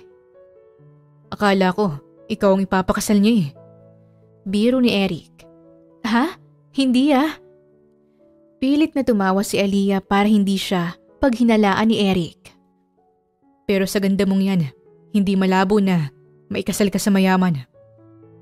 May lungkot sa tinig ni Eric. Hindi naman ako naghahanap ng mayaman, Eric. Mas madaling kitain ng pera kesa makahanap ng lalaki na may mabuting puso at hangarin. Ngumiti si Eric at tumingin kay Aliyah. Tama ka dyan, Aliyah. Oh, siya. Aalis na ako. Tutulungan ko pa si Manang sa palengke eh. Aalis na si Aliyah nang hawakan ni Eric ang braso niya. Nagulat naman si Aliyah. Bakit, Eric? May kailangan ka pa ba? Pwede ba kitang yayain bukas ng gabi? Halatang kinakabahan ng binata. Saan tayo pupunta? Pagtataka ni Aliyah. Bumuntong hininga naman si Eric. Gusto kitang yayain mag-date, Aliyah. Nagulat si Aliyah at namula ang kanyang muka. Nataranta naman si Eric dahil baka magalit sa kanya si Aliyah. Kung ayaw mo, ayos lang naman. Hindi kita pipilitin. Ngumiti si Aliyah. Sige Eric, mag-date tayo bukas. Dumating na ang date night ni na Eric at Aliyah. Napansin ni Manang Tere na hindi mapakali ang dalaga. Iha, halos 5 beses ka nang nagpalit ng bestida mo. Hindi ko kasi alam kung saan ang maganda, Manang. Naiwan kasi sa mansyon yung mga branded na bestida ko. Kahit hindi naman branded, babagay sa'yo ang susuotin mo. Ang ganda mo kaya. Si Manang talaga ng bola pa. Tumingin si Aliyah sa salamin at tinatali niya ang kanyang mahabang buhok. Wala siyang mailagay sa mukha niya kundi pulbo at lipstick dahil wala siyang nadalang makeup kit mula nung tumakas siya sa mansyon. Manang, okay na bang itsura ko? Oo naman, Iha. May makeup man o wala. Ang ganda-ganda mo pa rin. May narinig naman silang kumakatok sa pintuan. Binuksan ito ni Manang Tere. Magandang gabi, Manang. Bati ni Eric. Nakasuot lang ito ng simpleng polo shirt, pantalon at lumang sapatos. Ngunit napakatikas at kisig pa rin ito kahit simple lang ang porma. Nako, Ang gwapo mo ngayong gabi, Eric. Nahiya si Eric. Salamat po, Manang. Si Aliyah po. Aliyah, tama ng pagpapaganda, iha. Nandito na si Eric. Tawag ni Manang Teresa dalaga. Lumapit naman si Aliyah at namangha si Eric sa kanya. Nakasuot ang dalaga ng pink na dress at nakapusod ang kanyang buhok. Bakit natutulala ka, Eric? May kakaiba ba sa mukha ko? Halos mapanganga si Eric sa Diyosang nasa harap niya ngayon. Diyosa ka nga talaga. Hindi napigilan ni Aliyah ang ngumiti. Halika na nga. Mag-iingat kayong dalawa. Paalala ni Manang Tere. Nang makalabas na sila, napaisip agad si Aliyah kung saan sila magdi-date. Eric, magkukommute ba tayo? Medyo nahiya si Eric kay Aliyah. Malapit lang naman yung lugar kung saan tayo kakain. Walking distance lang. Hindi ko alam na may malapit palang restaurant dito sa atin. Hindi nakaimik si Eric. Huminto sila ni Aliyah sa labas ng isang karinderya na may karatulang Anli Sabaw. Nandito na tayo, Aliyah. Pasensya ka na. Kinapos talaga ako ng budget ngayon. Ilang araw kasi akong hindi naka-sideline. Kung ayaw mo rito, pwede naman tayong humanap pa ng ibang makakainan. Napakaganda mo pa naman ngayong gabi. Pero dito lang kita nadala sa karinderya na may Anli Sabaw. Halos hindi makatingin si Eric kay Aliyah dahil sa hiya. Hinawakan naman ni Aliyah ang kamay niya. Tamang-tama, nagugutom na rin ako. Masarap ba ang pagkain nila dito? Masayang sambit ni Aliyah. Bumalik naman ang sigla ni Eric. Oo, pag natikman mo yung kare-kare nila, babalik-balikan mo talaga. Tara, pumasok na tayo at baka maubusan pa tayo ng ulam. Hinila ni Aliyah si Eric papasok ng karinderya habang hawak-hawak ang kamay ng binata. Napangiti na lamang si Eric. Anong gusto mo dyan, Aliyah? Tanong ni Eric habang nakatingin sa iba't ibang ulam na nakadisplay sa istante. Ano to? Tanong ni Aliyah habang nakatitig sa kulay itim na ulam. Hindi mo ba alam kung ano yan? Pagtataka ni Eric. Hindi ba't itim yung sabaw niyan? Huwag mong sabihin sa akin na hindi ka pa nakakakain ng dinuguan. Dinuguan? Ano yun? Ano bang klaseng mga pagkain ang kinakain mo? Ba't hindi mo alam kung anong dinuguan? Muntik nang sabihin ni Aliyah na kadalasan ay steak ang hinahain sa bahay nila. Ngunit napigilan niya agad ang sarili. Puros prito. Lumaki kasi ako na laging kumakain ng prito. Gusto mo bang makakain ng dinuguan? May halo yang laman at bituka ng baboy. Napangiti si Aliyah. Bituka ng baboy? Yung parang binabarbecue ng nanay mo? Sige, gusto ko yung dinuguan. Habang kumakain sila, hindi naman maiwasan ni Eric na tumitig kay Aliyah. Ba't nakatitig ka sa akin, Eric? Baka matunaw na ako niyan. Tanong ni Aliyah habang ini-enjoy ang pagkain ng dinuguan. Napangiti naman si Eric. Nung una tayong magkakilala, halos hindi ka makabasag pinggan sa tuwing kakain ka. Ngayon, para ka ng kargador. Pangaasar ni Eric. Sumimangot naman si Aliyah. Nahawa ako sa iyo Pag kumakain ka parang takam na takam ka. Masarap naman talagang kumain lalo na pagod na pagod sa trabaho. Hinay-hinay ka sa pagkain Baka mamaya hindi ka naman matunawan yan. Ang ganda-ganda mo pa naman ngayong gabi. Tapos, uutot ka lang sa kalsada. Namula ang mukha ni Aliyah dahil sa hiya. Tumigil ka dyan, Eric, baka may makarinig sa'yo. Pagtapos nilang kumain, naglakad-lakad sina Eric at Aliyah. May iba pa ba tayong pupuntahan, Eric? May parke malapit dito. Gusto mo bang pumunta doon? Sige, hindi ko pa napupuntahan Pagkalipas ng 10 minuto, nakarating na sila sa parke. Madilim dito ngunit may mga tao.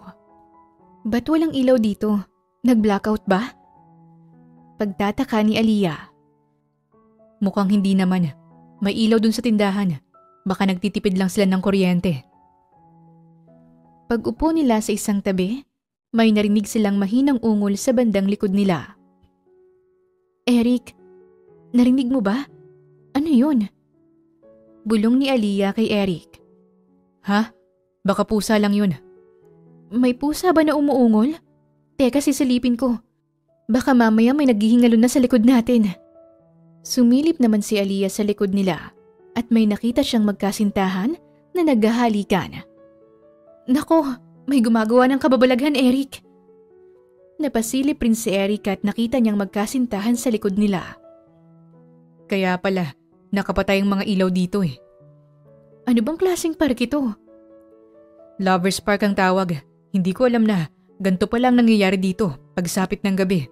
Gusto mo bang umalis na lang? Oo, baka mamaya mainggit pa tayo sa kanila. Bulong ng dalaga. Ano? Sabi ko baka mamaya makita pa nila na sumisilip tayo dito.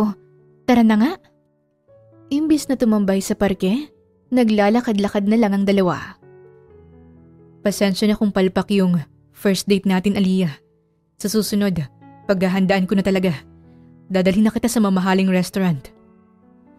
Napangiti lang si Aliyah. Kahit makakain pa ako sa mamahaling restaurant, kung hindi naman kita makakasama, hindi ako magiging masaya.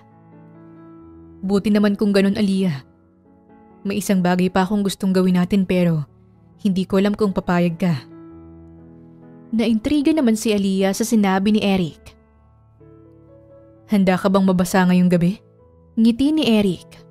Kahit hindi maintindihan ni Aliyah ang ibig sabihin ni Eric, sumama siya rito. Pumunta sila sa tabing dagat. Anong gagawin natin dito, Eric? Magna-night swimming. Sabi ni Eric habang hinuhubad ang kanyang polo. Ha? Pero wala akong dalang swimsuit. Pagtataka ni Aliyah, bigla naman siyang kinarga ni Eric at dinala sa dagat. Eric, wag! Mababasa ako! Walang nagawang pagpalag ni Aliyah dahil binasa siya ni Eric sa dagat. Hay, ikaw talaga! Binasa rin ni Aliyah si Eric para silang mga bata na naglalaro sa dagat. Napuno ng tawanan ng gabing yon. Pag-uwi nila, nagulat naman si Manang Teresa itsura ng dalawa. Ba't basang-basa kayong dalawa? Anong ginawa niyo? Nag-night swimming lang, Manang. Hay, kayo talaga. Baka magkasipon kayo niyan bukas. Diyan ka lang, Aliyah. Ikukuha kita ng tuwalya. Umalis si Manang Tere at naiwan ang dalawa. Salamat sa first date night natin, Eric. Hindi ko makakalimutan ang gabing to. Maraming salamat rin, Aliyah. Lumapit si Eric at hinalikan ang noo ni Aliyah. Nagulat ang dalaga sa ginawa ng binata. Ngunit hindi siya pumalag at nagreklamo. Natapos ang gabi na nakangiti si Aliyah. Inaalala ang bawat sandali na magkasama sila ni Eric. Maaliwalas na nagsimula ang araw ni Aliyah. Nagsuot pa siya ng apron at may tuwalya siya sa balikat. Abala siya sa pagtawag ng mga suki. Tilapia po, sariwa pa. Kakahango lang. Tingi o kilo, pwedeng-pwede.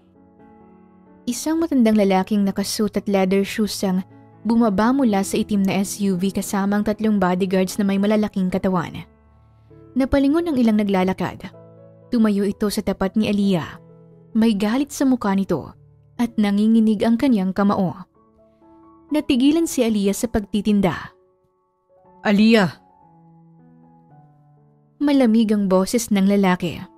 Namutla si Aliyah at napaatras. Ito ay ang daddy niyang si Robert Montenegro, 58 taong gulang. Siya ay isang milyonaryong negosyante na nagmamay-ari ng maraming lupain at ari-arian. Kilala siya sa pagiging matapang, lalo na pagdating sa usaping pera. Daddy, paano niyo ako? Sumama ka sa akin. Ngayon din. Anong kalokohan tong ginagawa mo rito? Nagbibenta ka ng isda sa bangketa? Napuno ng galit ang mukha ni Aliyah dahil sa kaniyang narinig. Desente ang ginagawa ko, Daddy. Desente? Isa kang Montenegro na anak ng milyonaryo. Ngayon, nakatayo ka rito sa palengke, malansa at nagtitinda ng isda. Hindi kita pinalaki para gawin mo ang bagay na yan. Sumama ka na sa akin. Umalis tayo rito. Hinawakan ni Robert ang braso ni Aliyah at pilit siyang hinihila palayo. Napapatingin ng ibang mga tao. Bitawan mo ako, Daddy. Ayokong sumama sa'yo. Ayokong ikasal kay Manuel. Sa ayaw at sa gusto mo, sasama ka sa'kin. Sigaw ni Robert habang hinihila si Aliyah. Dumating naman si Eric. Nakasando at may dalang banyera ng isda. Nang makita niya ang mga nangyayari, agad siyang sumaklolo kay Aliyah. Hoy, ano yan? Bitawan mo si Aliyah. Agad na nilapitan ni Eric ang dalawa at hinila palayo si Aliyah. Umangat ang tensyon sa palengke. Tumigil ang ilang mamimili at nagmasid sa malapelikulang eksena. Sino ka ba? Anong karapatan mong makialam? Sigaw ni Robert na namumulang muka sa galit. Kaibigan ako ni Aliyah. Hindi siya hayo para basta hilahin. Nagtatrabaho siya ng marangal dito sa palengke. Eric, tama na. Humarap si Robert kay Eric. Nagtatrabaho dito sa palengke? Hindi mo ba alam kung sino siya?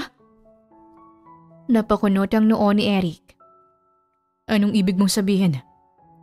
Ang anak ko, si Aliyah, ay hindi ordinaryong tao katulad nyo. Isa siyang Montenegro. May-ari kami ng lupaing pinagtatayuan ng halos kalahati ng bayan na ito. Nag-aral siya sa abroad. Nilayo ko siya sa mga ganitong klaseng buhay para lang makita ko siya rito. Naglalako ng tilapia. Nabigla si Eric sa mga narinig niya. Tumingin siya kay Aliyah. Ano? Totoo ba lahat ng sinasabi niya, Aliyah?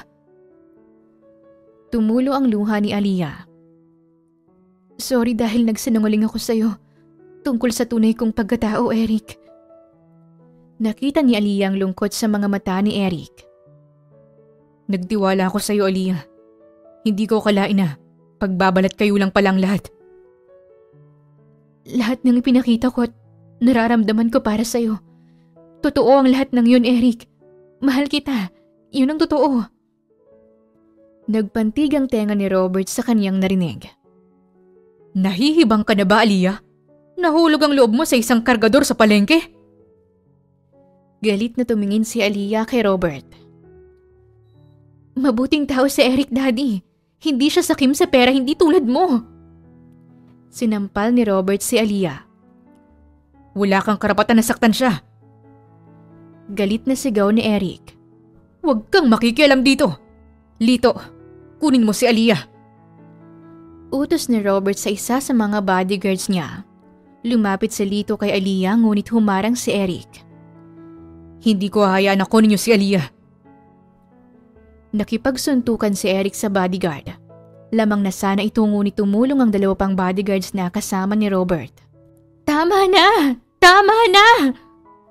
Sigaw ni Aliyah habang binubugbog si Eric ng 3 lalaki. Yan ang nararapat sa kanya. Sasama na ako sa'yo, Daddy. Huwag niyo nang sasaktan si Eric. Lito, tama na yan. Umalis na tayo sa lugar na ito. Sumama si Aliyah sa tatay niya. Nilingon niya si Eric.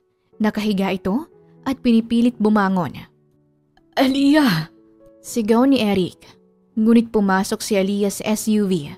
Kasama ang daddy niya. Nahuli naman ang dating si Manang Tere.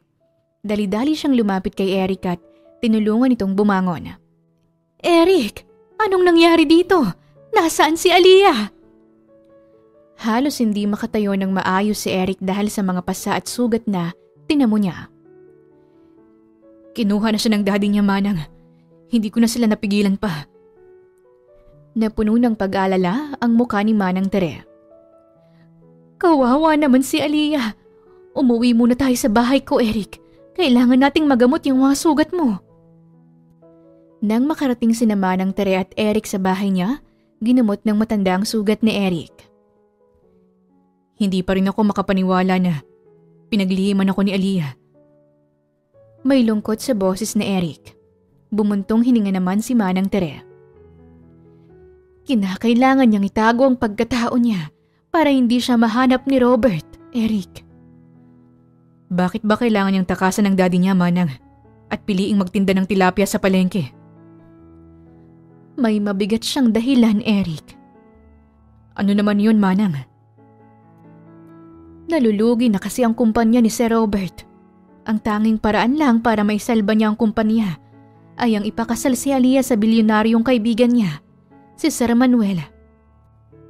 Sinong matinong ama ang gagawin yun sa sarili niyang anak? Manang, hindi bagay si Aliyah para maging pambayad. Galit na sambit ni Eric. Yun na nga, Eric. Napakabait na bata ni Aliyah. Kawawa siya kung ipapakasal siya kay Sir Manuel na ubod ng gahaman. Naiiyak na sabi ni Manang Tere. Hindi ako makakapayag, Manang. Kung kailangan kong lumuwas sa Maynila para mapigilan si Aliyah sa pagpapakasal sa matandang yun, gagawin ko. Alam ko kung saan nakatira si Aliyah, Eric. Sasamahan kita. Pagkapasok pa lang ni Aliyah sa loob ng mansyon, kapansin-pansin ang kaniyang katahimikan. Namumugto ang kaniyang mga mata dahil sa pag-iyak habang pauwi sila sa mansyon. Tahimik siyang tumingin sa paligid. Sinalubong siya ng kaniyang yaya Mina. Miss Aliyah, mabuting naman at nakabalik ka na. Nag-aalala kami sa'yo. Salamat, Yaya. Matamlay at mahina ang boses ng dalaga. Kumain na po ba kayo? Magpapahanda ako sa kusina. Hindi na, Yaya. Gusto ko munang mapag-isa. Pasensya na.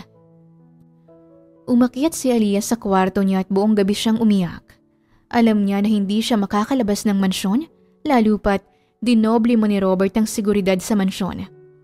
Kinabukasan, maaga pang nagising si Aliyah. Nagulat ang mga kasambahay dahil nagmamap ito ng sahig. Lumapit sa kanyang yaya na si Mina at may pag-aalala sa mukha nito. Miss Aliyah, bakit po kayo naglilinis? Kami na po ang bahala dyan. Gusto ko lang gumalaw, Yaya.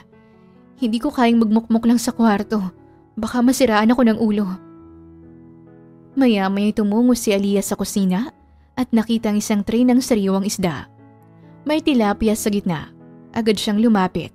Kumuha ng kutsilyo at sinimulang kaliskisan ito. Nagulantang si Yaya Mina sa ginawa ng dalaga. Miss, ay, huwag niyo pong hawakan yan. Mag-aamoy isda po kayo. Tumingin lang sa isda si Aliyah habang patuloy sa pagkakaliskis nito. Gusto kong gawin to, Yaya. Pero, ngumiti si Aliyah sa gitna ng lungkot na nararamdaman niya. Tuwing naamoy ko ang isda, naaalala ko siya. Siya? Sino po? Yung lalaking gusto kong pakasalan. Nagtaka si Yaya Mina kung sinong tinutukoy ni Aliyah. Si Sir Manuel po. Hindi ba lagi po siyang amoy panghaplas? Natawa naman si Aliyah sa sinabi ng yaya niya. Hindi siya. Habang nagtitinda ako sa palengke, meron akong nakilalang binata. Madalas amoy isda siya kaya alam ko agad pag nandyan siya sa tabi-tabi. Pero yung amoy niyang yun, ang lagi kong hinahanap-hanap. Pero Miss Aliyah, hindi ba po'y nasanay kayo sa bango ng pabango hindi ng tilapia? Oo, Yaya. Pero ipagpapalit ko lahat ng mamahaling pabango. Maamoy ko lang ulit siya. Baka sa mukha ni Aliyah ang pangungulila niya kay Eric. Tumigil sandali si Aliyah sa pagkakaliskis at tumingin siya kay Yaya Mina. Hindi ko siya minahal dahil binigyan niya ako ng mamahaling regalo. Hindi tulad ng mga ibang manliligaw ko. Minahal ko siya kasi pinayagan niya akong maging totoo. Sa harap niya, hindi ako isang Montenegro. Si Aliyah lang ako. Umupo saglit si Aliyah at inamoy ang kamay niyang amoy isda. Ngumiti ng bahagya. Lahat ng kailangan ko nandito sa mansyon. Marangya ang mga kagamitan dito at mamahalin. Wala akong problema pagdating sa pera. Pero sa ngayon, ito yung pinakamalungkot na lugar para sa akin. Mas pipiliin ko pang tumayo sa gitna ng palengke at magbenta ng isda kesa manatili sa lugar na to. Ang laki na ng pinagbago mo, Miss Aliyah. Ilang buwan ka lang nawala pero parang nag-mature ka bigla. Siguro marami lang akong naranasan at natutunan ng mga panahong wala ako rito, Yaya. Maliban sa mga gawaing bahay, natuto rin akong kung paano magpakumbaba at makiusap. Tumayo muli si Aliyah at kinuha ang isa pang isda. Nagpatuloy siya sa pagbabalat at paglilinis nito. Aba, eksperto ka na pala sa paglilinis ng tilapia, Miss Aliyah. Gusto niyo po ba akong turuan kung paano niyo ginagawa yan? Ang bilis niyo pong magkaliskis ah. Napatawa si Aliyah. Talaga? Sige, may sikreto yan. Dapat laging padayago na lang hila, tapos may tamang tagilid sa kutsilyo para hindi masyadong masira ang balat. Alam niyo po, Miss Aliyah, sa dami ng taon kong nanilbihan dito, ngayon lang po kita nakitang ganyan. May mga kinang sa mga mata mo.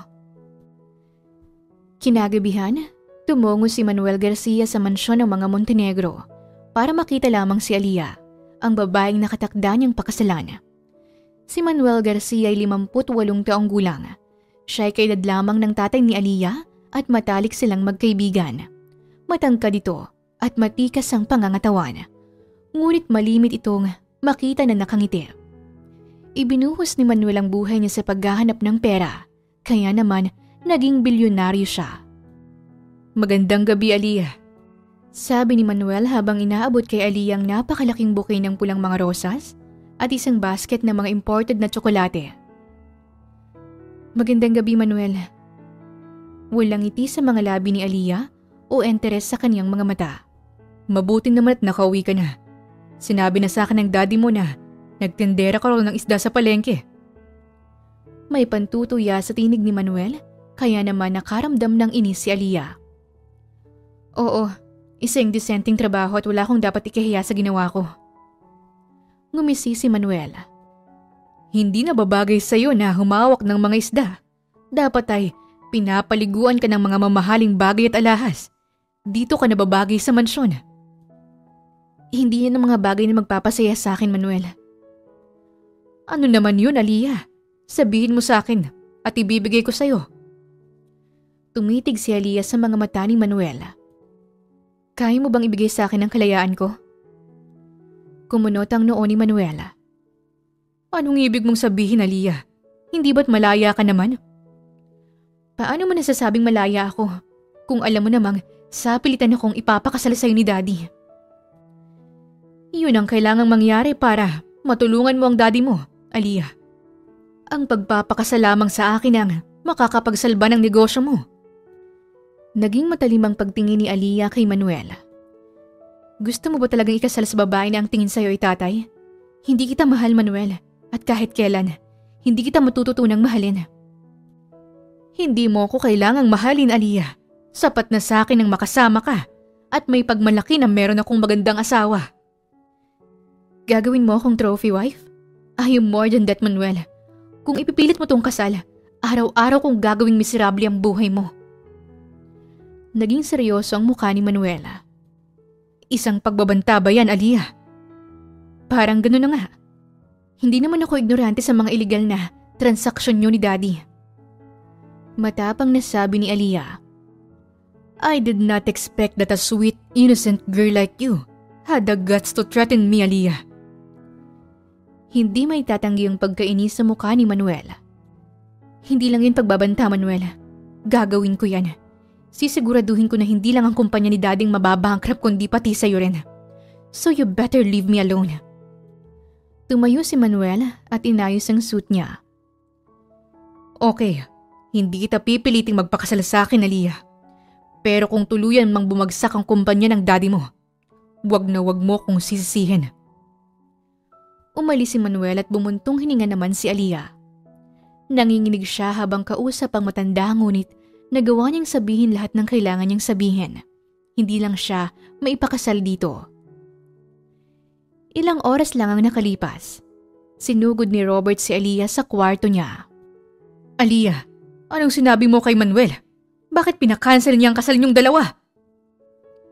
Nanatiling kalmado si Aliyah kahit na nakikitang nanginginig na ang panga ng tatay niya sa galit. Sinabi ko lang totoo na ayoko siyang pakasalan. At pag pinilit niya pa, sasabihin ko sa media lahat ng mga illegal na transaksyon niyong dalawa.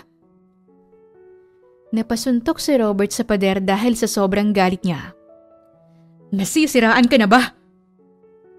Tuluyang babagsak ang kumpanya pag hindi ka nagpakasal sa kanya. Tumayo si Aliyah at hinarap ang kaniyang ama. Iyan na lang ba talagang mahalaga sa iyo, Dad? Ang kumpanya mo? Mas mahalaga yan kaysa sa unika iha mo? Kung ayaw mong magpakasal kay Manuel, hindi kita papayagang magpakasal sa kahit na sino. Lalo na sa kargador sa palengke na Kinahuhumalingan mo!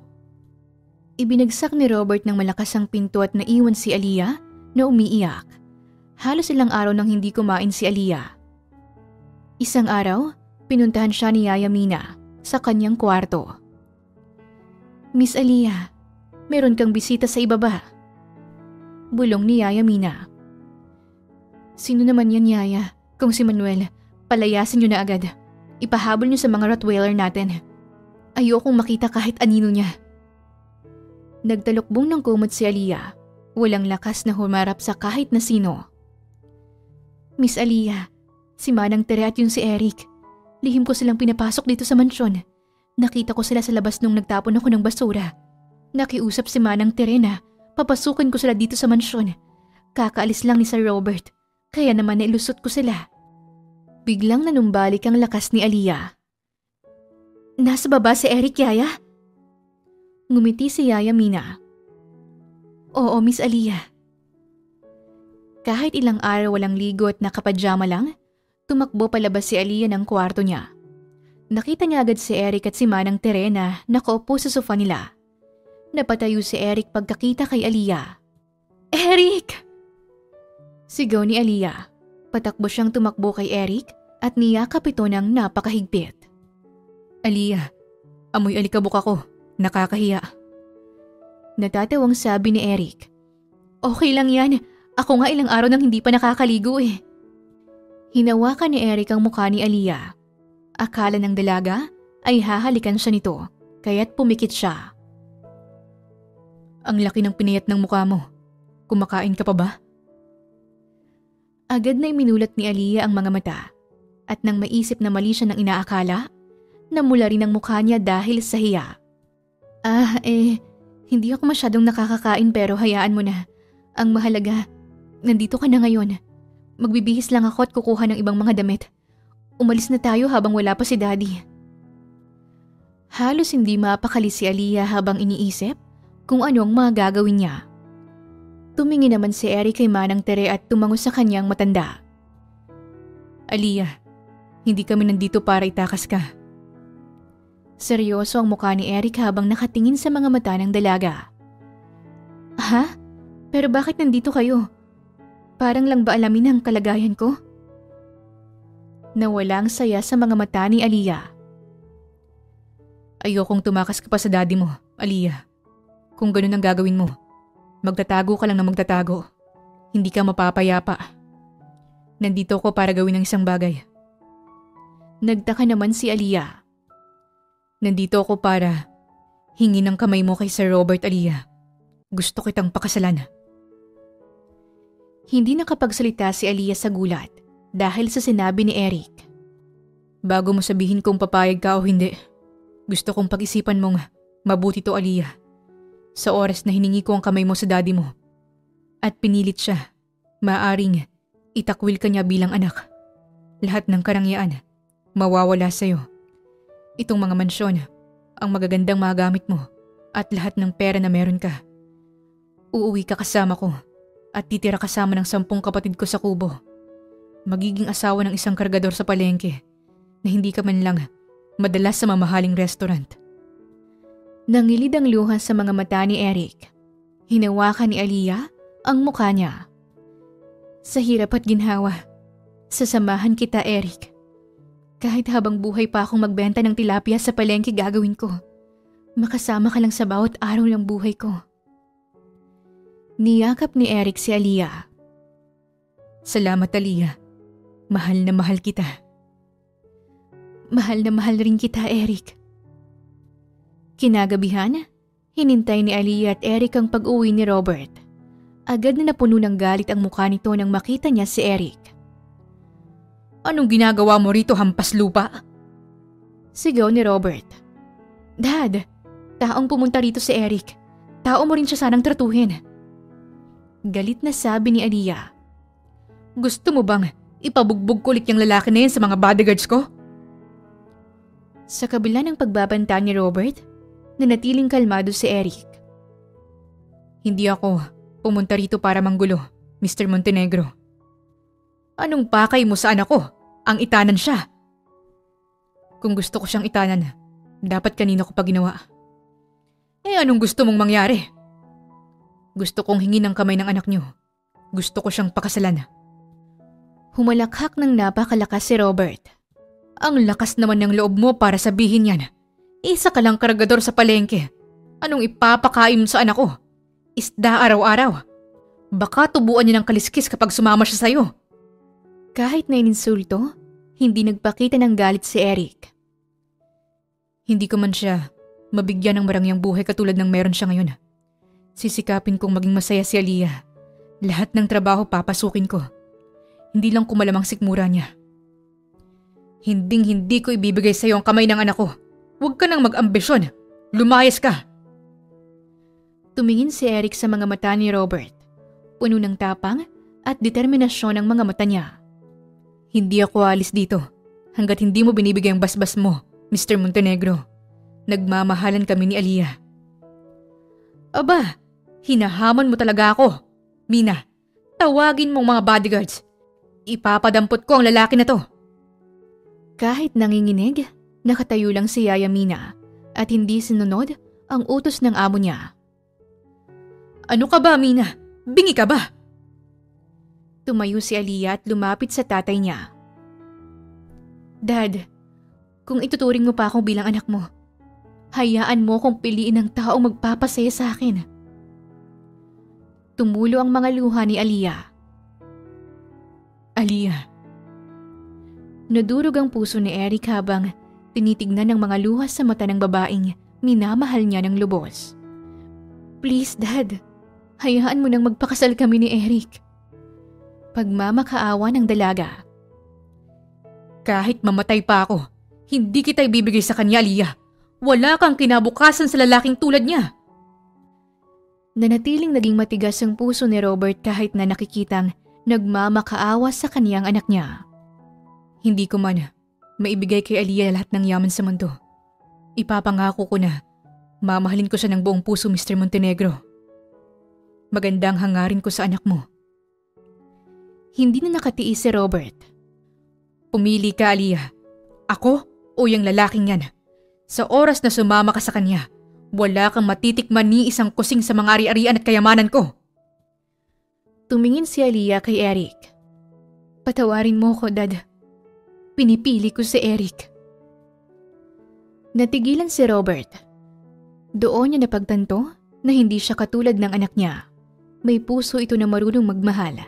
Hindi tulad niya na puros pagpapayaman lang ang nasa isip. Umalis na kayo sa harap ko. Matigas at malamig ang boses ni Robert. Bago umalis si Aliyah, niyakap niya ang daddy niya. I'm so sorry, Daddy. Tumatangis siyang sumama kay Eric palabas ng mansyon. Pagkalipas ng isang buwan, patuloy na nagtinda si Aliyah ng tilapia sa palengke, ngunit sa sarili na nilang pwesto ni Eric. Bili na kayo mga suke! Sariwang-sariwang tilapia namin! Bagong hango ito! Masiglang sigaw ni Aliyah. Nasa tabi naman niya si Manang Tere na mas nag-focus sa pagtitinda ng mga galunggong. Aba, ganadong-ganado ka, iha! Iba talagang nagagawa ng pag-ibig na yan. Pagbibiro ni Manang Tere kay Aliyah. Napangiti naman ang dalaga. Malapit na kaming ikasal ni Eric, Manang. Magbabayad pa kami ng catering at reception. Bakit ba hindi na lang muna kayo sa West magpakasal para naman mas makatipid kayo? Umupo si Aliyah sa tabi ni Manang Tere habang pinupunasan ang pawis niya. Ayan na nga ang sabi ko kay Eric, Manang. Kaso sabi niya, minsan lang raw kami kakasal kaya mas maganda kung gagastusan namin. Napangiti naman si Manang Tere. Alam mo, bilib din ako dyan kay Eric, iha. Ang gabi halos gawin niya ng umaga. Mabigyan ka lang ng maayos na buhay. Hay nako, Manang, pinipigilan ko na nga kaka-sideline eh. Sabi ko sa kanya baka maaga akong mabalo kung masyado niyang bubugbugin ang sarili niya sa pagtatrabaho. Kaso matigas lang ang ulo. Tinutupad niya lang ang pangako niya sa daddy mo. Hanggang ngayon ba hindi pa rin nakikipag-usap sa iyo si Sir Robert? Naging malungkot ang mukha ni Aliyah. May tumatarak sa puso niya sa tuwing na pag-uusapan ng tungkol sa daddy niya. Ang balita ko lang sarado na po ang kumpanya. Kinakamusta ko rin siya kay Yaya Mina. Ang kwento niya sa akin, madalas raw naglalasing. Hinawakan ni Manang Tere ang kamay ni Aliyah. Huwag kang mag-alala, Aliyah. Magiging maayos rin ang lahat sa pagitan niyo ng daddy mo. Dumating naman si Eric na may ngiti sa labi. Ang tamis naman ng ngiti mo, babe. Anong meron? Tanong ni Aliyah sa nobyo. May gusto kong ipakita sa'yo na siguradong ikakatuwa mo. Napakamot ng ulo si Aliyah. Iyan na naman ba yung mamahaling gown na gusto mong suotin ko sa kasal natin? Huwag na yun, babe. Maghanap na lang tayo ng mas mura. Basta, sumama ka sa akin, babe. Hinawakan ni Eric ang kamay ni Aliyah at hinila ito. Manang, pakibantayin muna yung mga tilapia ko Sige, iha. Dinala ni Eric si Aliyah sa pantalan. Babe, anong ginagawa natin dito? Gusto mo bang maligo tayo dito sa dagat ng tanghaling tapat? Baka maging litsyon ako bago ang kasal natin. Ngumiti si Eric. Hindi no, may tao lang na gustong umattend sa kasal nating dalawa. Sino naman? May isang pamilyar na lalaki ang lumapit sa kanila. Daddy? Masayang sambit ni Aliyah. Anak, patawarin mo ko sa lahat ng... Bago pa man matapos ni Robert ang sasabihin niya, niyakap siya ng mahigpit ni Aliyah. Okay lang, Dad. Napatawad na kita. Ang mahalaga, nandito ka kasama ko. Tumulo ang mga luha ni Aliyah dahil sa saya na nararamdaman niya. Nang dumating ang araw ng kasal ni Aliyah, siyang pinakamaganda sa lahat. Gusto man gawing bongga ni Eric at ng daddy niya ang kasal, pinili ni Aliyah na gawin itong simple. Handa ka na ba, anak? Handang-handa, Dad. Salamat at andito ka. Hindi mapigilan ni Aliyah ang mabilis na pagtibok ng kanyang puso dahil sa saya at nerbiyos. Hinila ni Robert ang braso ni Aliyah, tsaka inihatid sa altar. Naghihintay naman si Eric sa altar. Halos maiyak ito. Ang ganda mo, babe. Nanginginig ang boses ng binata sa sobrang saya. Huwag kang iiyak dyan, ha? Mamay matuno tong makeup ko. Biro ni Aliyah habang pinipigilan ang pagtulo ng mga luha niya. Sa harap ng altar, nagpalitan ng dalawa ng mga pangako. Pangako ko, mamahalin kita sa hirap at ginhawa, sa putikan man o sa palasyo. Sabi ni Eric habang nakatingin sa mga mata ni Aliyah. Pangako hindi ako bibitaw. Ikaw ang pinili ko. At pipiliin pa rin araw-araw. Hindi na napigilan ni Aliyah ang pagtulo ng kanyang mga luha dahil sa sobrang saya. Sinelyuhan nila ng matamis na halik ang kanilang mga pangako sa isa't isa. Pagkatapos ng kasal, sabay silang humarap sa mga bisita. Salamat sa lahat ng dumalo. Simpleng kasal lang ito, pero sobrang espesyal para sa amin dahil nandito kayong lahat. Magpakabusog kayo mamaya sa reception. Pabirong sabi ni Eric. Pagkalipas ng 1 taon, nabuntis si Aliyah at nagkaroon na sila ng bagong kasama, si Baby Leo. Ibinili sila ni Robert ng lupa at pinatayuan ng simpleng bahay, sapat para magsimula ng panibagong kabanata ang mag-asawa. Malapit ito sa palengke, kaya't kahit abala sa negosyo, hindi nila napapabayaan ang isa't isa at ang kanilang anak. Isang umaga habang naglilinis si Eric ng huli nilang tilapia sa likod ng bahay, lumapit si Aliyah na buhat-buhat si Baby Leo. Baby Leo, tingnan mo si daddy mo, nagkakaliskis ng isda pero ang bango-bango at ang gwapo-gwapo pa rin. Lumingon si Eric kay Aliyah at ngumiti. Para sa'yo at sa anak natin, kahit araw-araw kong mag-amoy isda, ayos lang, basta maging maginhawa lang ang buhay niyong dalawa. Lumapit si Aliyah kay Eric at niyakap mula sa likod ang asawa.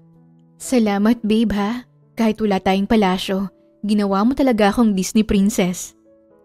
Siyempre naman babe, hindi ko hahayaan na mahirapan ang Diyosa ng buhay ko. Sabay kindat ni Eric kay Aliyah. Napangiti si Aliyah habang kinikilig. Ikaw talaga, pero maghinay-hinay ka rin sa pagtatrabaho ha. Malakas na rin naman ang mga pwesto natin sa palengke. Kahit paano, nakakaahon-ahon na tayo kung ikukumpara sa dati nating buhay. Oo nga babe, dati. Tindera ka lang sa mga pwesto natin. Ngayon, ikaw na ang CEO ng Tilapia Corp. Oo nga, buti na lang at may mga tindera na rin tayo para matutukan ko tong si Leo. Tumigil si Aliyah saglit at tinitigan si Eric. Tsaka si baby number 2. Napalingon si Eric. Halos malaglag ang hawak na isda. Buntis ka, babe?